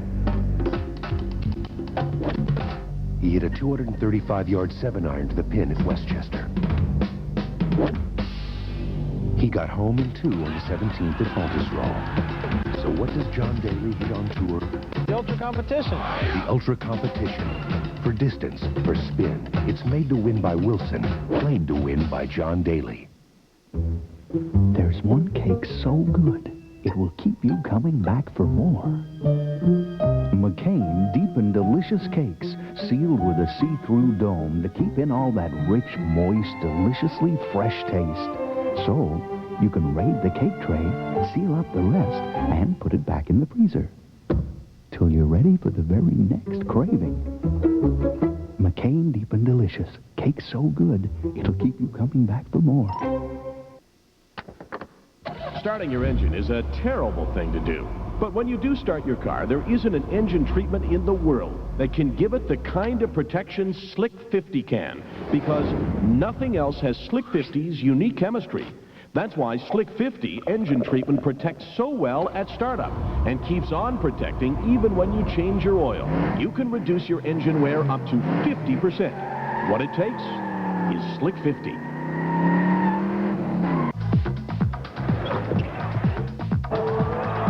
Patrick Ewing and the Knicks aim to put on a show at home against the Washington Bullets.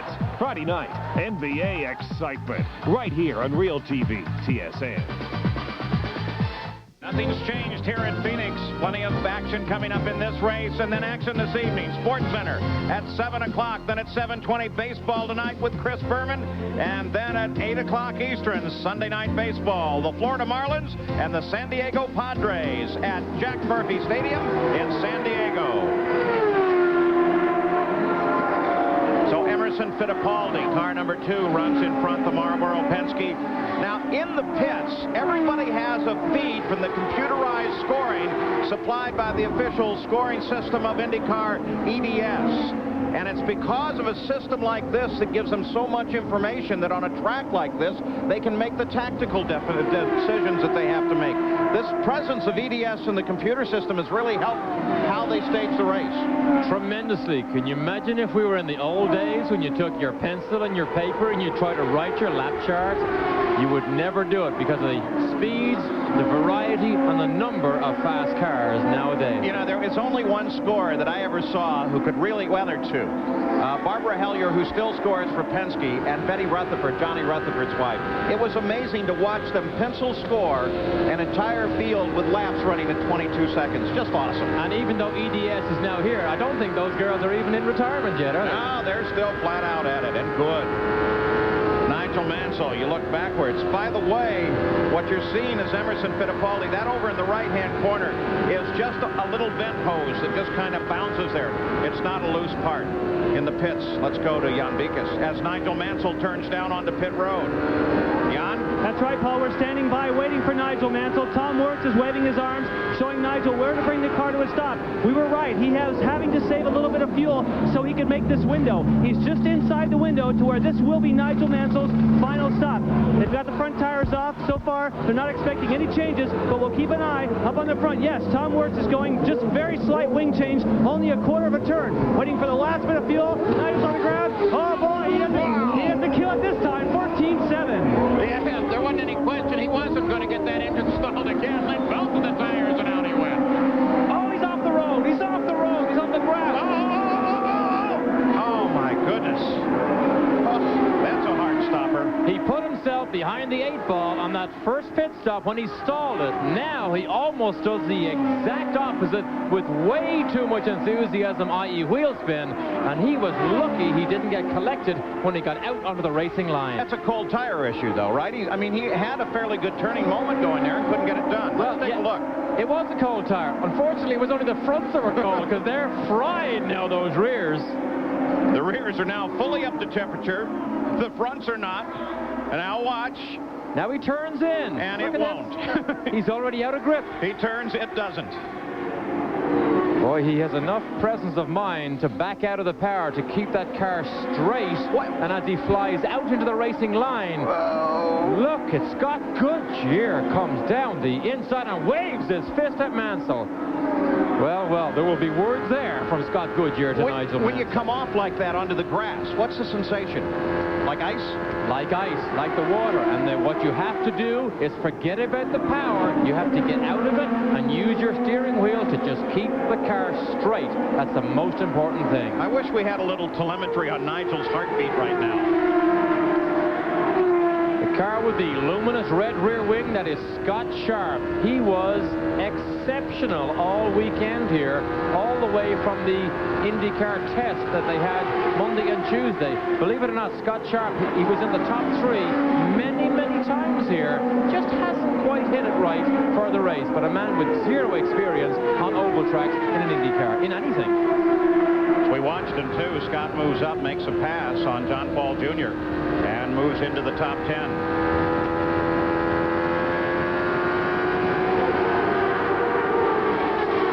Now, as Nigel came out there, came out alone, spun the rear tires, a lot of exuberance off onto the grass, out into traffic, almost could have been a serious accident. It wasn't. Is this now an official call? Is there maybe a black flag in the offing? I think there has been discussions of a black flag. I don't think they should give a black flag. In fact, they're not going to give a black flag. That is a racing incident. It's not something he did intentionally, like blocking somebody or anything like that. That is just like over-exuberance, which is part of the reason why Nigel Mansell is Nigel Mansell. That is his style. Give it 110%, even if you're on the racetrack or on the grass. They decided, they did discuss it in race control, and because he was on beyond the blend line, well, part of the race, if he gets it going, keep going. By the way, his teammate Mario Andretti came in and made a stop as well during all that. Now, I'm sure if you ask Scott Goodyear, should it be a black flag, he would have given up black flags and red flags and all sorts of flags. He tried to wave it from the cockpit as he went by. Watching Nigel Mansell now. Let's go to the onboard camera in replay of Nigel going out of the pits. There he engages. Wow, does he? Now watch.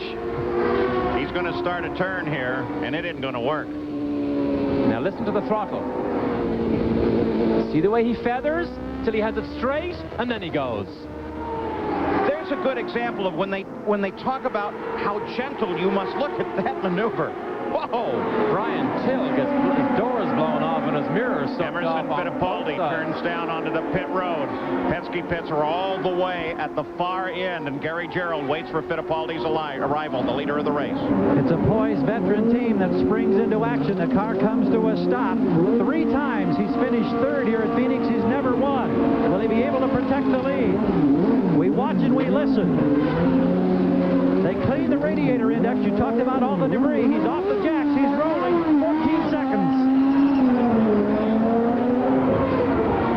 With the stop, Allinger Jr. picks up the lead of the race.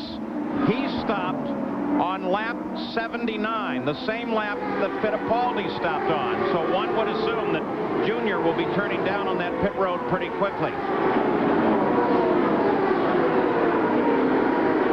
There he is. He's going to stay on another lap. 144 racing laps, 144 racing miles complete, 200 the scheduled distance in the Slick 50 200. Now Allinger Jr. due in for a stop. Let's get an update.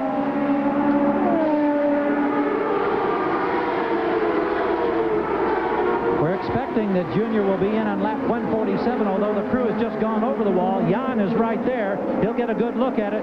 He's alongside with the crew, Paul. That reminder, reset the meter. Derek, the reset the meter on the board, that's for the fuel flow? That's for the fuel flow. Doesn't matter here, though. Right. The digital countdown on his dashboard counts the fuel he is using. So in other words, it would start at 40 gallons and count its way down. But Unser Jr. is now in the pit lane, and Jan Beekes is there.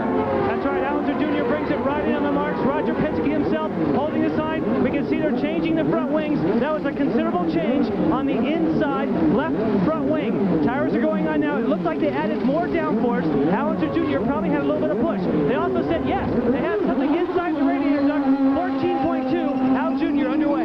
I'm not so sure that what was in the left front cooler duct didn't get right back in it. There was a piece of debris under the left front wing. You can't really see into that duct, but boy, let's keep an eye on it. Because if you cover up in this desert air, though it's rather cool here today in the 70s, you cover up one of those coolers with some debris and that engine will overheat right now. In the old days, when people exit the pit lane here, you actually went straight to the apron, which is down on the slowest line. Now one of the improvements that Buddy Jove has made here at Phoenix is that inside pit lane, and thankfully it was there because it allowed Mansell to get away with his incident earlier on. And you see Al Jr. ducks down, and uses all the road on his exit of the pits. Robbie Gordon now in front. Brian Till, he just goes past. Now, Robbie Gordon made his last stop on the 84th lap, 5 laps deeper than the 2 Penske cars. So one would presume that he can get another lap or 2 out of this car, and then he's going into the pits. In fact, now they're reporting up that it will be 6 laps before his stop. And we'll be back for Robbie Gordon's stop. Motor Trend calls it the most fuel efficient, the best performing, the quietest, the strongest, and the safest Accord we've ever built. And they named us Motor Trend Import Car of the Year. Now you can lease an Accord sedan from just $298 a month with the added feature of no-charge air conditioning. Leadership leasing from Honda. We won. You win. You're ready to pitch to him. That black and silver bat he's got looks like one of those Easton EA70 jobs you and your catcher have been hearing about. Stronger, quicker than any bat ever made. You look in for the catcher's sign. There it is now. He wants you to roll the ball to the plate. As your engine revs higher, the oil inside creates a hydrodynamic wedge, a protective layer that builds up and keeps engine parts separated. But as your oil's viscosity breaks down, so can the wedge. That's why Castrol GTX provides maximum protection against viscosity and thermal breakdown. Because if your viscosity breaks down, what's next? Castrol GTX, engineered for today's harder working engines. Look for Castrol's free NHL hat offer at these and other leading outlets. ABC Sports, the Indy cars and the Toyota Grand Prix of Long Beach. Check your local listings as we continue to watch the Indy cars at Phoenix here on ESPN.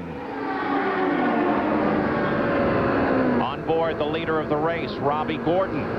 He's out of fuel. Robbie Gordon is out of fuel. On the backside, they waited until we were done with commercial and took it just a little too long. Robbie Gordon, as the leader, is slowing.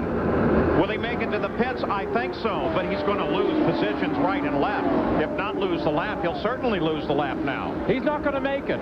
He is not going to make it around to his pits. He had a secure podium position for Derek Walker. This is a disaster for Robbie Gordon. I don't know whether he's going to be able to make it in. I don't think so. They'll have to go get him. His pit is well down. His crew can come down and get him once he gets past the first area of the pits. See that? He says, I need a push, I need a push. Jan Bikus, you watching this? Yes, what has happened is they have just dispatched the crew. They're running as fast as they can around the back of the pit. No, now they're back. So they must... Oh, they're just about knocked me over. They're trying to get back over the wall to do service on Robbie Gordon. He'll be on the radio. He is telling everybody, please push me. His hard-earned third place is slowly creeping away. And Johansson in Tony Bettenhausen's Penske, the Alumax car, now inherits Gordon's third place. They're trying to get Gordon out of the high-speed running lane. He's trying to get him to push harder. Look, he's furious. Now his crew joins him, and they take over trying to get him down into his area. They've chosen a pit that was almost down to the far end by the Penskes. And let me tell you, that's not easy. Over 1,500 pounds of race car there, plus the driver. Stefan Johansson, who was running in third, came into the pits, and finally, Gordon's car makes it in. Al Unser Jr. gets second place now as a result of this out. Let's go pit side, Jan. Well, Robbie Gordon is here now. Of course, once they get the tires changed, they'll have to refire the engine. If you run it out of fuel, it doesn't start that easily. The interesting thing is he was actually not due to come in here until 3 laps. So obviously their calculations here in the Walker pits were way off. I would say it's probably a fuel pickup problem because they're very accurate in keeping track of fuel. At the moment, they're trying to refire Robbie Gordon, but at this moment, he's not up and running. There he goes. Yeah, that is the key. Fuel pickup. You hope that the fuel pump will draw the last dredges of fuel down at the bottom of that fuel tank. It doesn't doesn't always happen. There may have been 2 or 3 gallons still left in Robbie Gordon's car that the fuel pump just could not suck out and stick into the injection. Michael Andretti was into the pits. You also saw Stefan Johansson, who was in. He was in 3rd place until he made the stop. And so here is your leader, Emerson Fittipaldi, with Al Unser Jr. moving into 2nd place. The 2 Penske cars are the only cars on the lead lap. Nigel Mansell is now in 3rd place. And this car was 4th until he came in. Jimmy Vasser, as he came into the pits, Stefan Johansson moved back into 4th. And Mike Groff with Honda Power runs in 5th place right now. He started 20th. Update on Michael Andretti as we watch out the back of Michael's car. Gary Gerald, you have something. Well, Paul, while that stop was being made finally by Robbie Gordon, Michael Andretti also came in for his final service. Unfortunately, stalled the engine as he started to leave. Took time to get refired. Now back out on the racetrack. Michael Andretti in the center of the needle on that one. Look as he comes back to challenge Fittipaldi. He didn't like that, so let's go racing, Emo. Well, this is a pointless exercise for Michael because that is not for position. He should just let Emerson, the leader of the race, go by. But Michael never touched the sweet spot of this Reynard chassis here all weekend, having had such a tremendous run in Australia. He was so infuriated after Friday's practice session, he was actually shouting at his engineers. Now, not at them, but because that was just venting his frustration, because Michael was not able to show his talent here because he couldn't touch that elusive sweet spot. Here's the running order with the interval. What you might notice there, Michael minus 3 laps, so that little show of power wasn't even to try to stay on a leader lap or anything. He's 3 laps behind the race. The rest of this field is strung out well behind, and Andretti is in trouble. And we've got more trouble again. Debris on the track, and it's caused some other problems.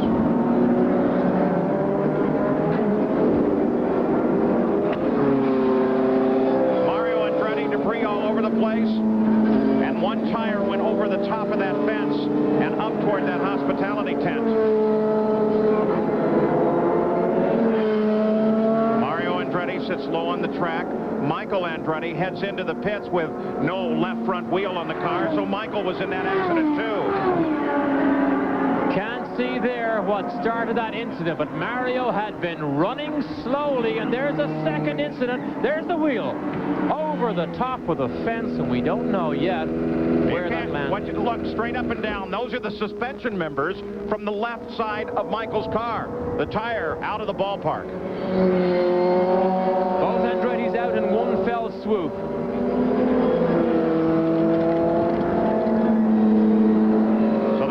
Is out 3rd time of the day at the 166th lap. The tire went up and over the debris fence and up toward the spectator area.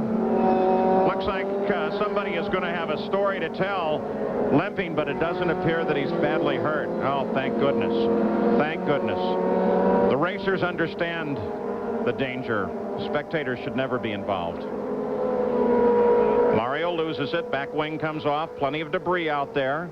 Traffic closing. It is still difficult to through. see why Mario spun and hit the wall backwards with that left side, but then the incident happens behind him with Scott Goodyear and Michael. Boy, as soon as Michael's right front touched Goodyear's left rear, right up in the air. Look at the tire as it goes over the top. Well, thankfully that tire, although it did hit somebody's leg, it sure looked as if it wasn't a heavy impact, and that person, as you said, he does have a war story to tell now, but thankfully we did see him walk away. So father and son, the same accident and out of the race. We're under yellow again. Fittipaldi and Unser in front. The Players Limited 200 returns on Victoria Day weekend, May 20th to 23rd. Motorsport's biggest event of the year features the excitement of the Players Limited Toyota Atlantic Championship. On the road course, the Players Limited Toyota Atlantic. High-Incels Trans Am. And a total of 6 car races with motorcycle races on Holiday Monday. While a full ACT stock car program races on the half-mile paved oval. Don't miss the country and western concert, tailgate party, and chili cook-off Sunday evening. Tickets at Ticketmaster are at the gate. The Players Limited 200 at Mosport on Victoria Day weekend. May 20th, 21st, 22nd, and 23rd. See that badge? It's your guarantee that a trained expert is working on your car. Midas specialists average over 100 hours of shop each year, honing up on the latest, from anti-lock brakes to emission control technologies. Trust your car to Midas.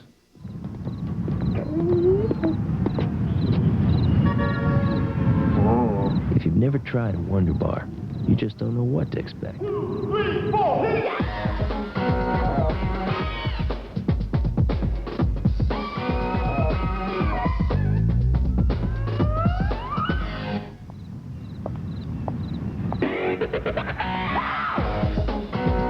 So unexpectedly good, no wonder we call it Wonder Bar. Patrick Ewing and the Knicks aim to put on a show at home against the Washington Bullets. Friday night, NBA excitement, right here on Real TV, TSN. All right, this is what happened to Michael Andretti. Watch, listen. Accident is ahead.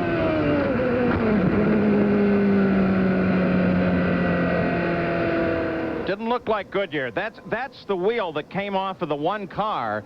Still hard to sort out exactly who was involved there. Derek, as we watch the same situation again now, let's consider it. Remember what happened to Villeneuve earlier? He couldn't stop. Michael cannot stop now. He knows he's in trouble.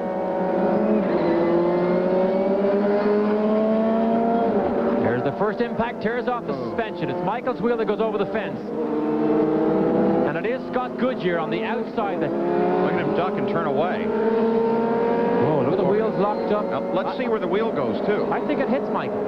Look at that. He It does may have hit Michael, contact. and it was launched off the left front of Scott Goodyear's car. That was the launch that we saw that originally made us think that he got together with Scott Goodyear. Let's go to Gary Gerald. Well, here's Michael, and we're just discussing. Now, we haven't seen the video. From what you could see, I know you've been favoring your thumb. Something hit you there in the cockpit. Tell us what you know of what happened. Well, I think the suspension pushed the side of the, went up against the side of the cockpit, and I just pinched my finger a little bit, but, you know, I'm all right. It's just a shame, you know, we were hanging in there, and we could have probably gotten some points today, and, you know, I came up on a sandstorm. I thought it was just a sand blowing across the track, and it was blinding, and then next thing you know, I just saw two cars were right in front of me, and I'd nailed one of them. I don't know who it was. Well, after the euphoria of Australia a couple of weeks ago, it's been a frustrating weekend, but I guess the important thing is you're okay. Do you have any idea what car you hit or who it was? I don't know. It was a white car. That's all I know. It came up so fast that I don't even know who it was. Okay, thanks, Michael. Paul? Michael Andretti, very disappointed. Look at it again. The official report from IndyCar, 3 minor injuries in the crowd. 3 minor injuries in the crowd, the official report from IndyCar. So we're under yellow. Here's the way they will line up as they come back to the green flag. 170 laps complete of the 200-mile scheduled distance. If I was a doctor, maybe then you'd listen to me. WINS additives are like vitamins for your car. WINS Supercharge is a power booster that removes engine deposit. Or for dirty fuel injectors, try WINS Injector Cleaner. Short trips, stop-and-go traffic can murder motor oils. So add WINS Friction Proofing to protect your motor oil and extend engine life. Because if you don't maintain your car, I may have to operate. WINS, powerful medicine for your car. Distance leader, John Daly. To play better golf, go out and get yourself a killer whale and beat the heck out of it. To avoid hazards, just hit the killer whale over them. To hit more fairways, the killer's extra big head gives you more forgiveness. Just grip it and rip it.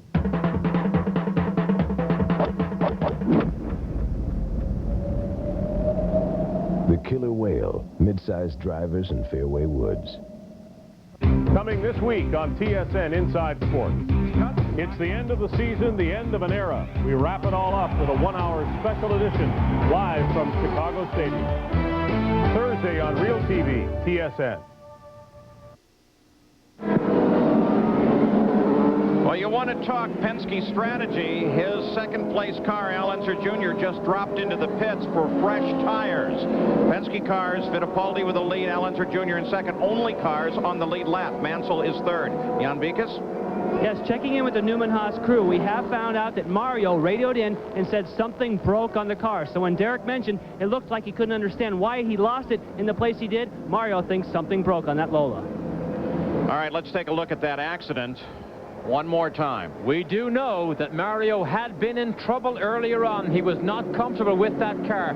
But the top of the picture there, you see him, he spins by himself and makes heavy contact with the outside of the concrete wall. That suggests something in the suspension broke. Maybe that's why this car was handling so badly earlier on. And of course, the multiple accident looked like John Paul Jr. You know, whoever it wasn't his fault, but that looks like John Paul. Yeah, it absolutely is now. You can see it clearly. And that's what took off the left front. Let's go pit side again.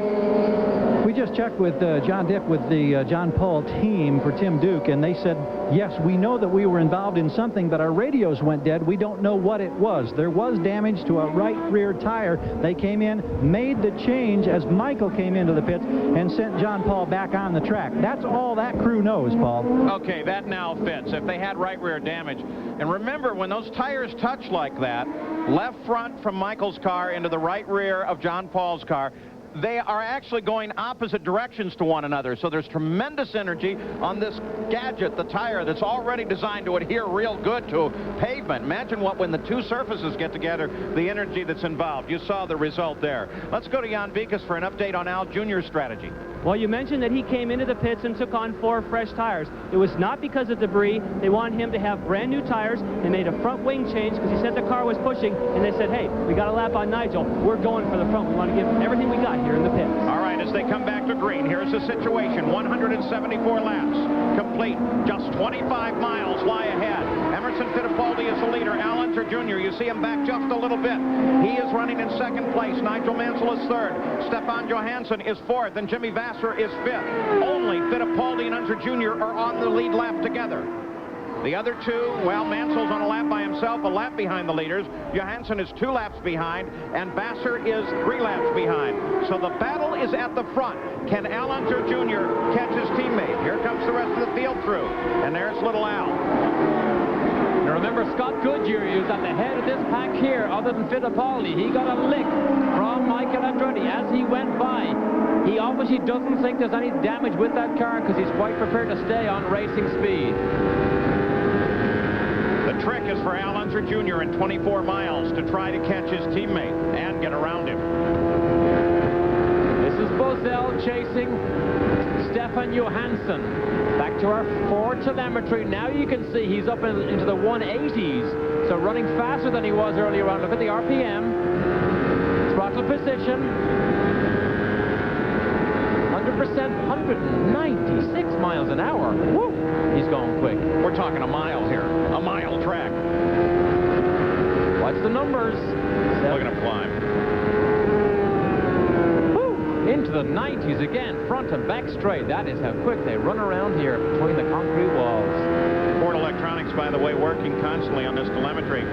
Probably going to see brakes, gear selection, steering wheel deflection, all kinds of stuff the teams don't want us to have.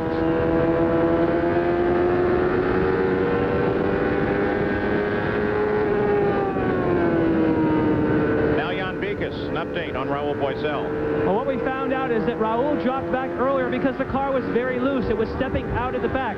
Now the Dick Simon team has had a chance to make those repairs. That's why we're seeing those high numbers, but he still has not much time to move up the order. And the very highly regarded engineer Mo Nunn has moved from the Ganassi team to look after Bozell's car. This year, he was within a tenth of being the fastest car right before qualifying yesterday, and then just lost a little bit of the sweet spot. 181 laps are complete. Al Unser Jr.'s job is to try and close. There are no other direct conflicts on the course, though Mike Groff is trying to close on Jimmy Vasser for 5th. We'll be back with more of the Slick.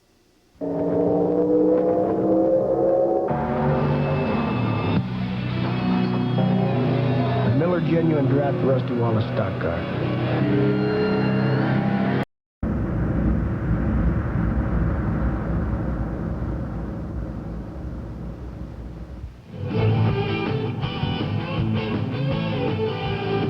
Today's race is brought to you by Molson Breweries, proud sponsor of the Molson Indy, Toronto and Vancouver, and the Molson Grand Prix of Canada, and by Honda, in touch with what moves you.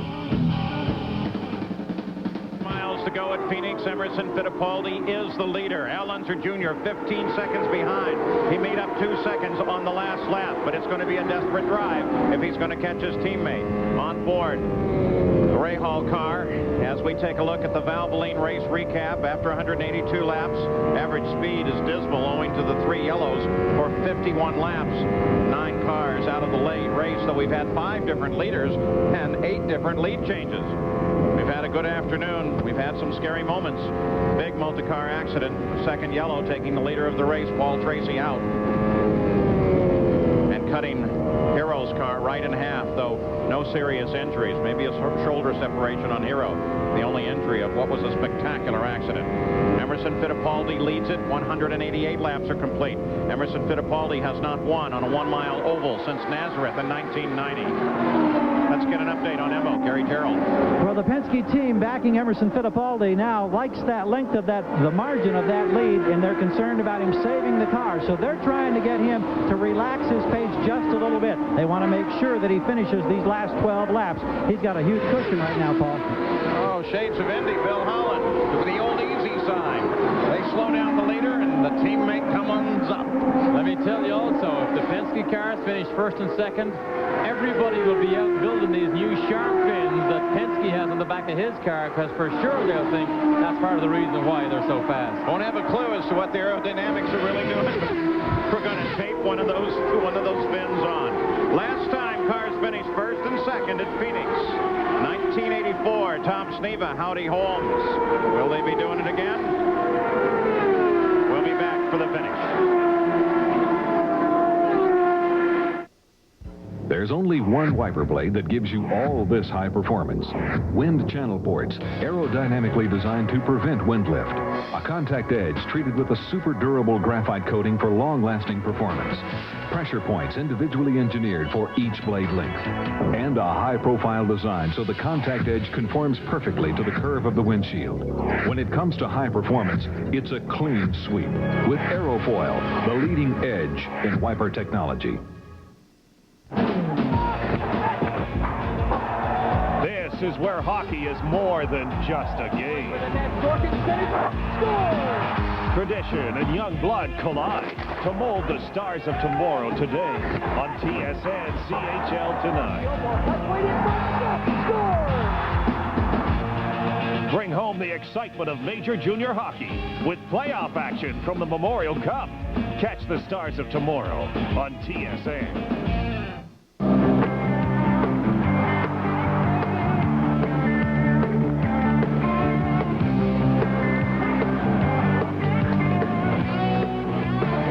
NHL Tonight on TSN. Hockey's most informed team keeps you on top of the action with back-to-back excitement. It's a TSN doubleheader. First, the Canadiens and the Whalers square off in Hartford, followed by the Flames and the Mighty Ducks from the coast. The puck drops here Monday on Real TV, TSN. Emerson Fittipaldi with 5 laps to go. His competition, his teammate Al Unser Jr., still right at 15 seconds back. If they've asked Emerson to loosen up a little bit, he doesn't seem to be having any part of it. Matter of fact, he just cut his fastest lap of the race at 167.2 miles an hour. That is the type of confidence Emerson has in this car at this stage of the race. But Penske also using this weekend here the new BBS Ford's magnesium wheels. So whatever's new, whatever's trick, Roger Penske seems to have it. In fact, that BBS wheel is very similar to the one that they use in Formula One. So Emerson Fittipaldi, the car number 2. And by the way, we are well over our time block here scheduled for this race. And we're not going to get to interview Emerson, assuming he is the winner. At the end of the race, we're going to be very, very short on time because of the accidents, almost a half an hour over. And the second fastest man on the racetrack at the moment is Nigel Mansell. You see him on the outside there round the outside of Davy Jones, I believe. However, he's trying to get by the leader. That will only put him on the same lap. So Mansell is in an uphill battle and a struggle right now. Emerson Fittipaldi on the final lap of the run. Al Unser Jr., no chance whatsoever. I'm sure were we able to talk to him, he would tell you that his Marlboro Penske was incredible and the Elmore engine worked great. It's the job that it's doing now and has done all day. As Emerson Fittipaldi screams for the checker, Nigel Mansell moves to the inside, but he's still a lap behind the lead, and Al Unser Jr. will come across the line in second place. So there is Fittipaldi acknowledging the victory. And there's the way they finish. A great run for Stefan Johansson and for Jimmy Vasser. The final standings, they are, of course, unofficial here until they are posted, but there should be no reason for a protest. So at Phoenix, it's been a confusing and an interesting afternoon with teammates Al Unser Jr. and Emerson Fittipaldi fighting one another. Finally, that battle breaks off, and Emerson Fittipaldi takes the win. Congratulations to Emo. Next week, the Indy cars are in Long Beach. I'm Paul Page for Derek Daly, Jan Vikas, and Gary Gerald. Thanks for being with us. Sports Center is coming up next here on ESPN. So long from the Slick 50 200.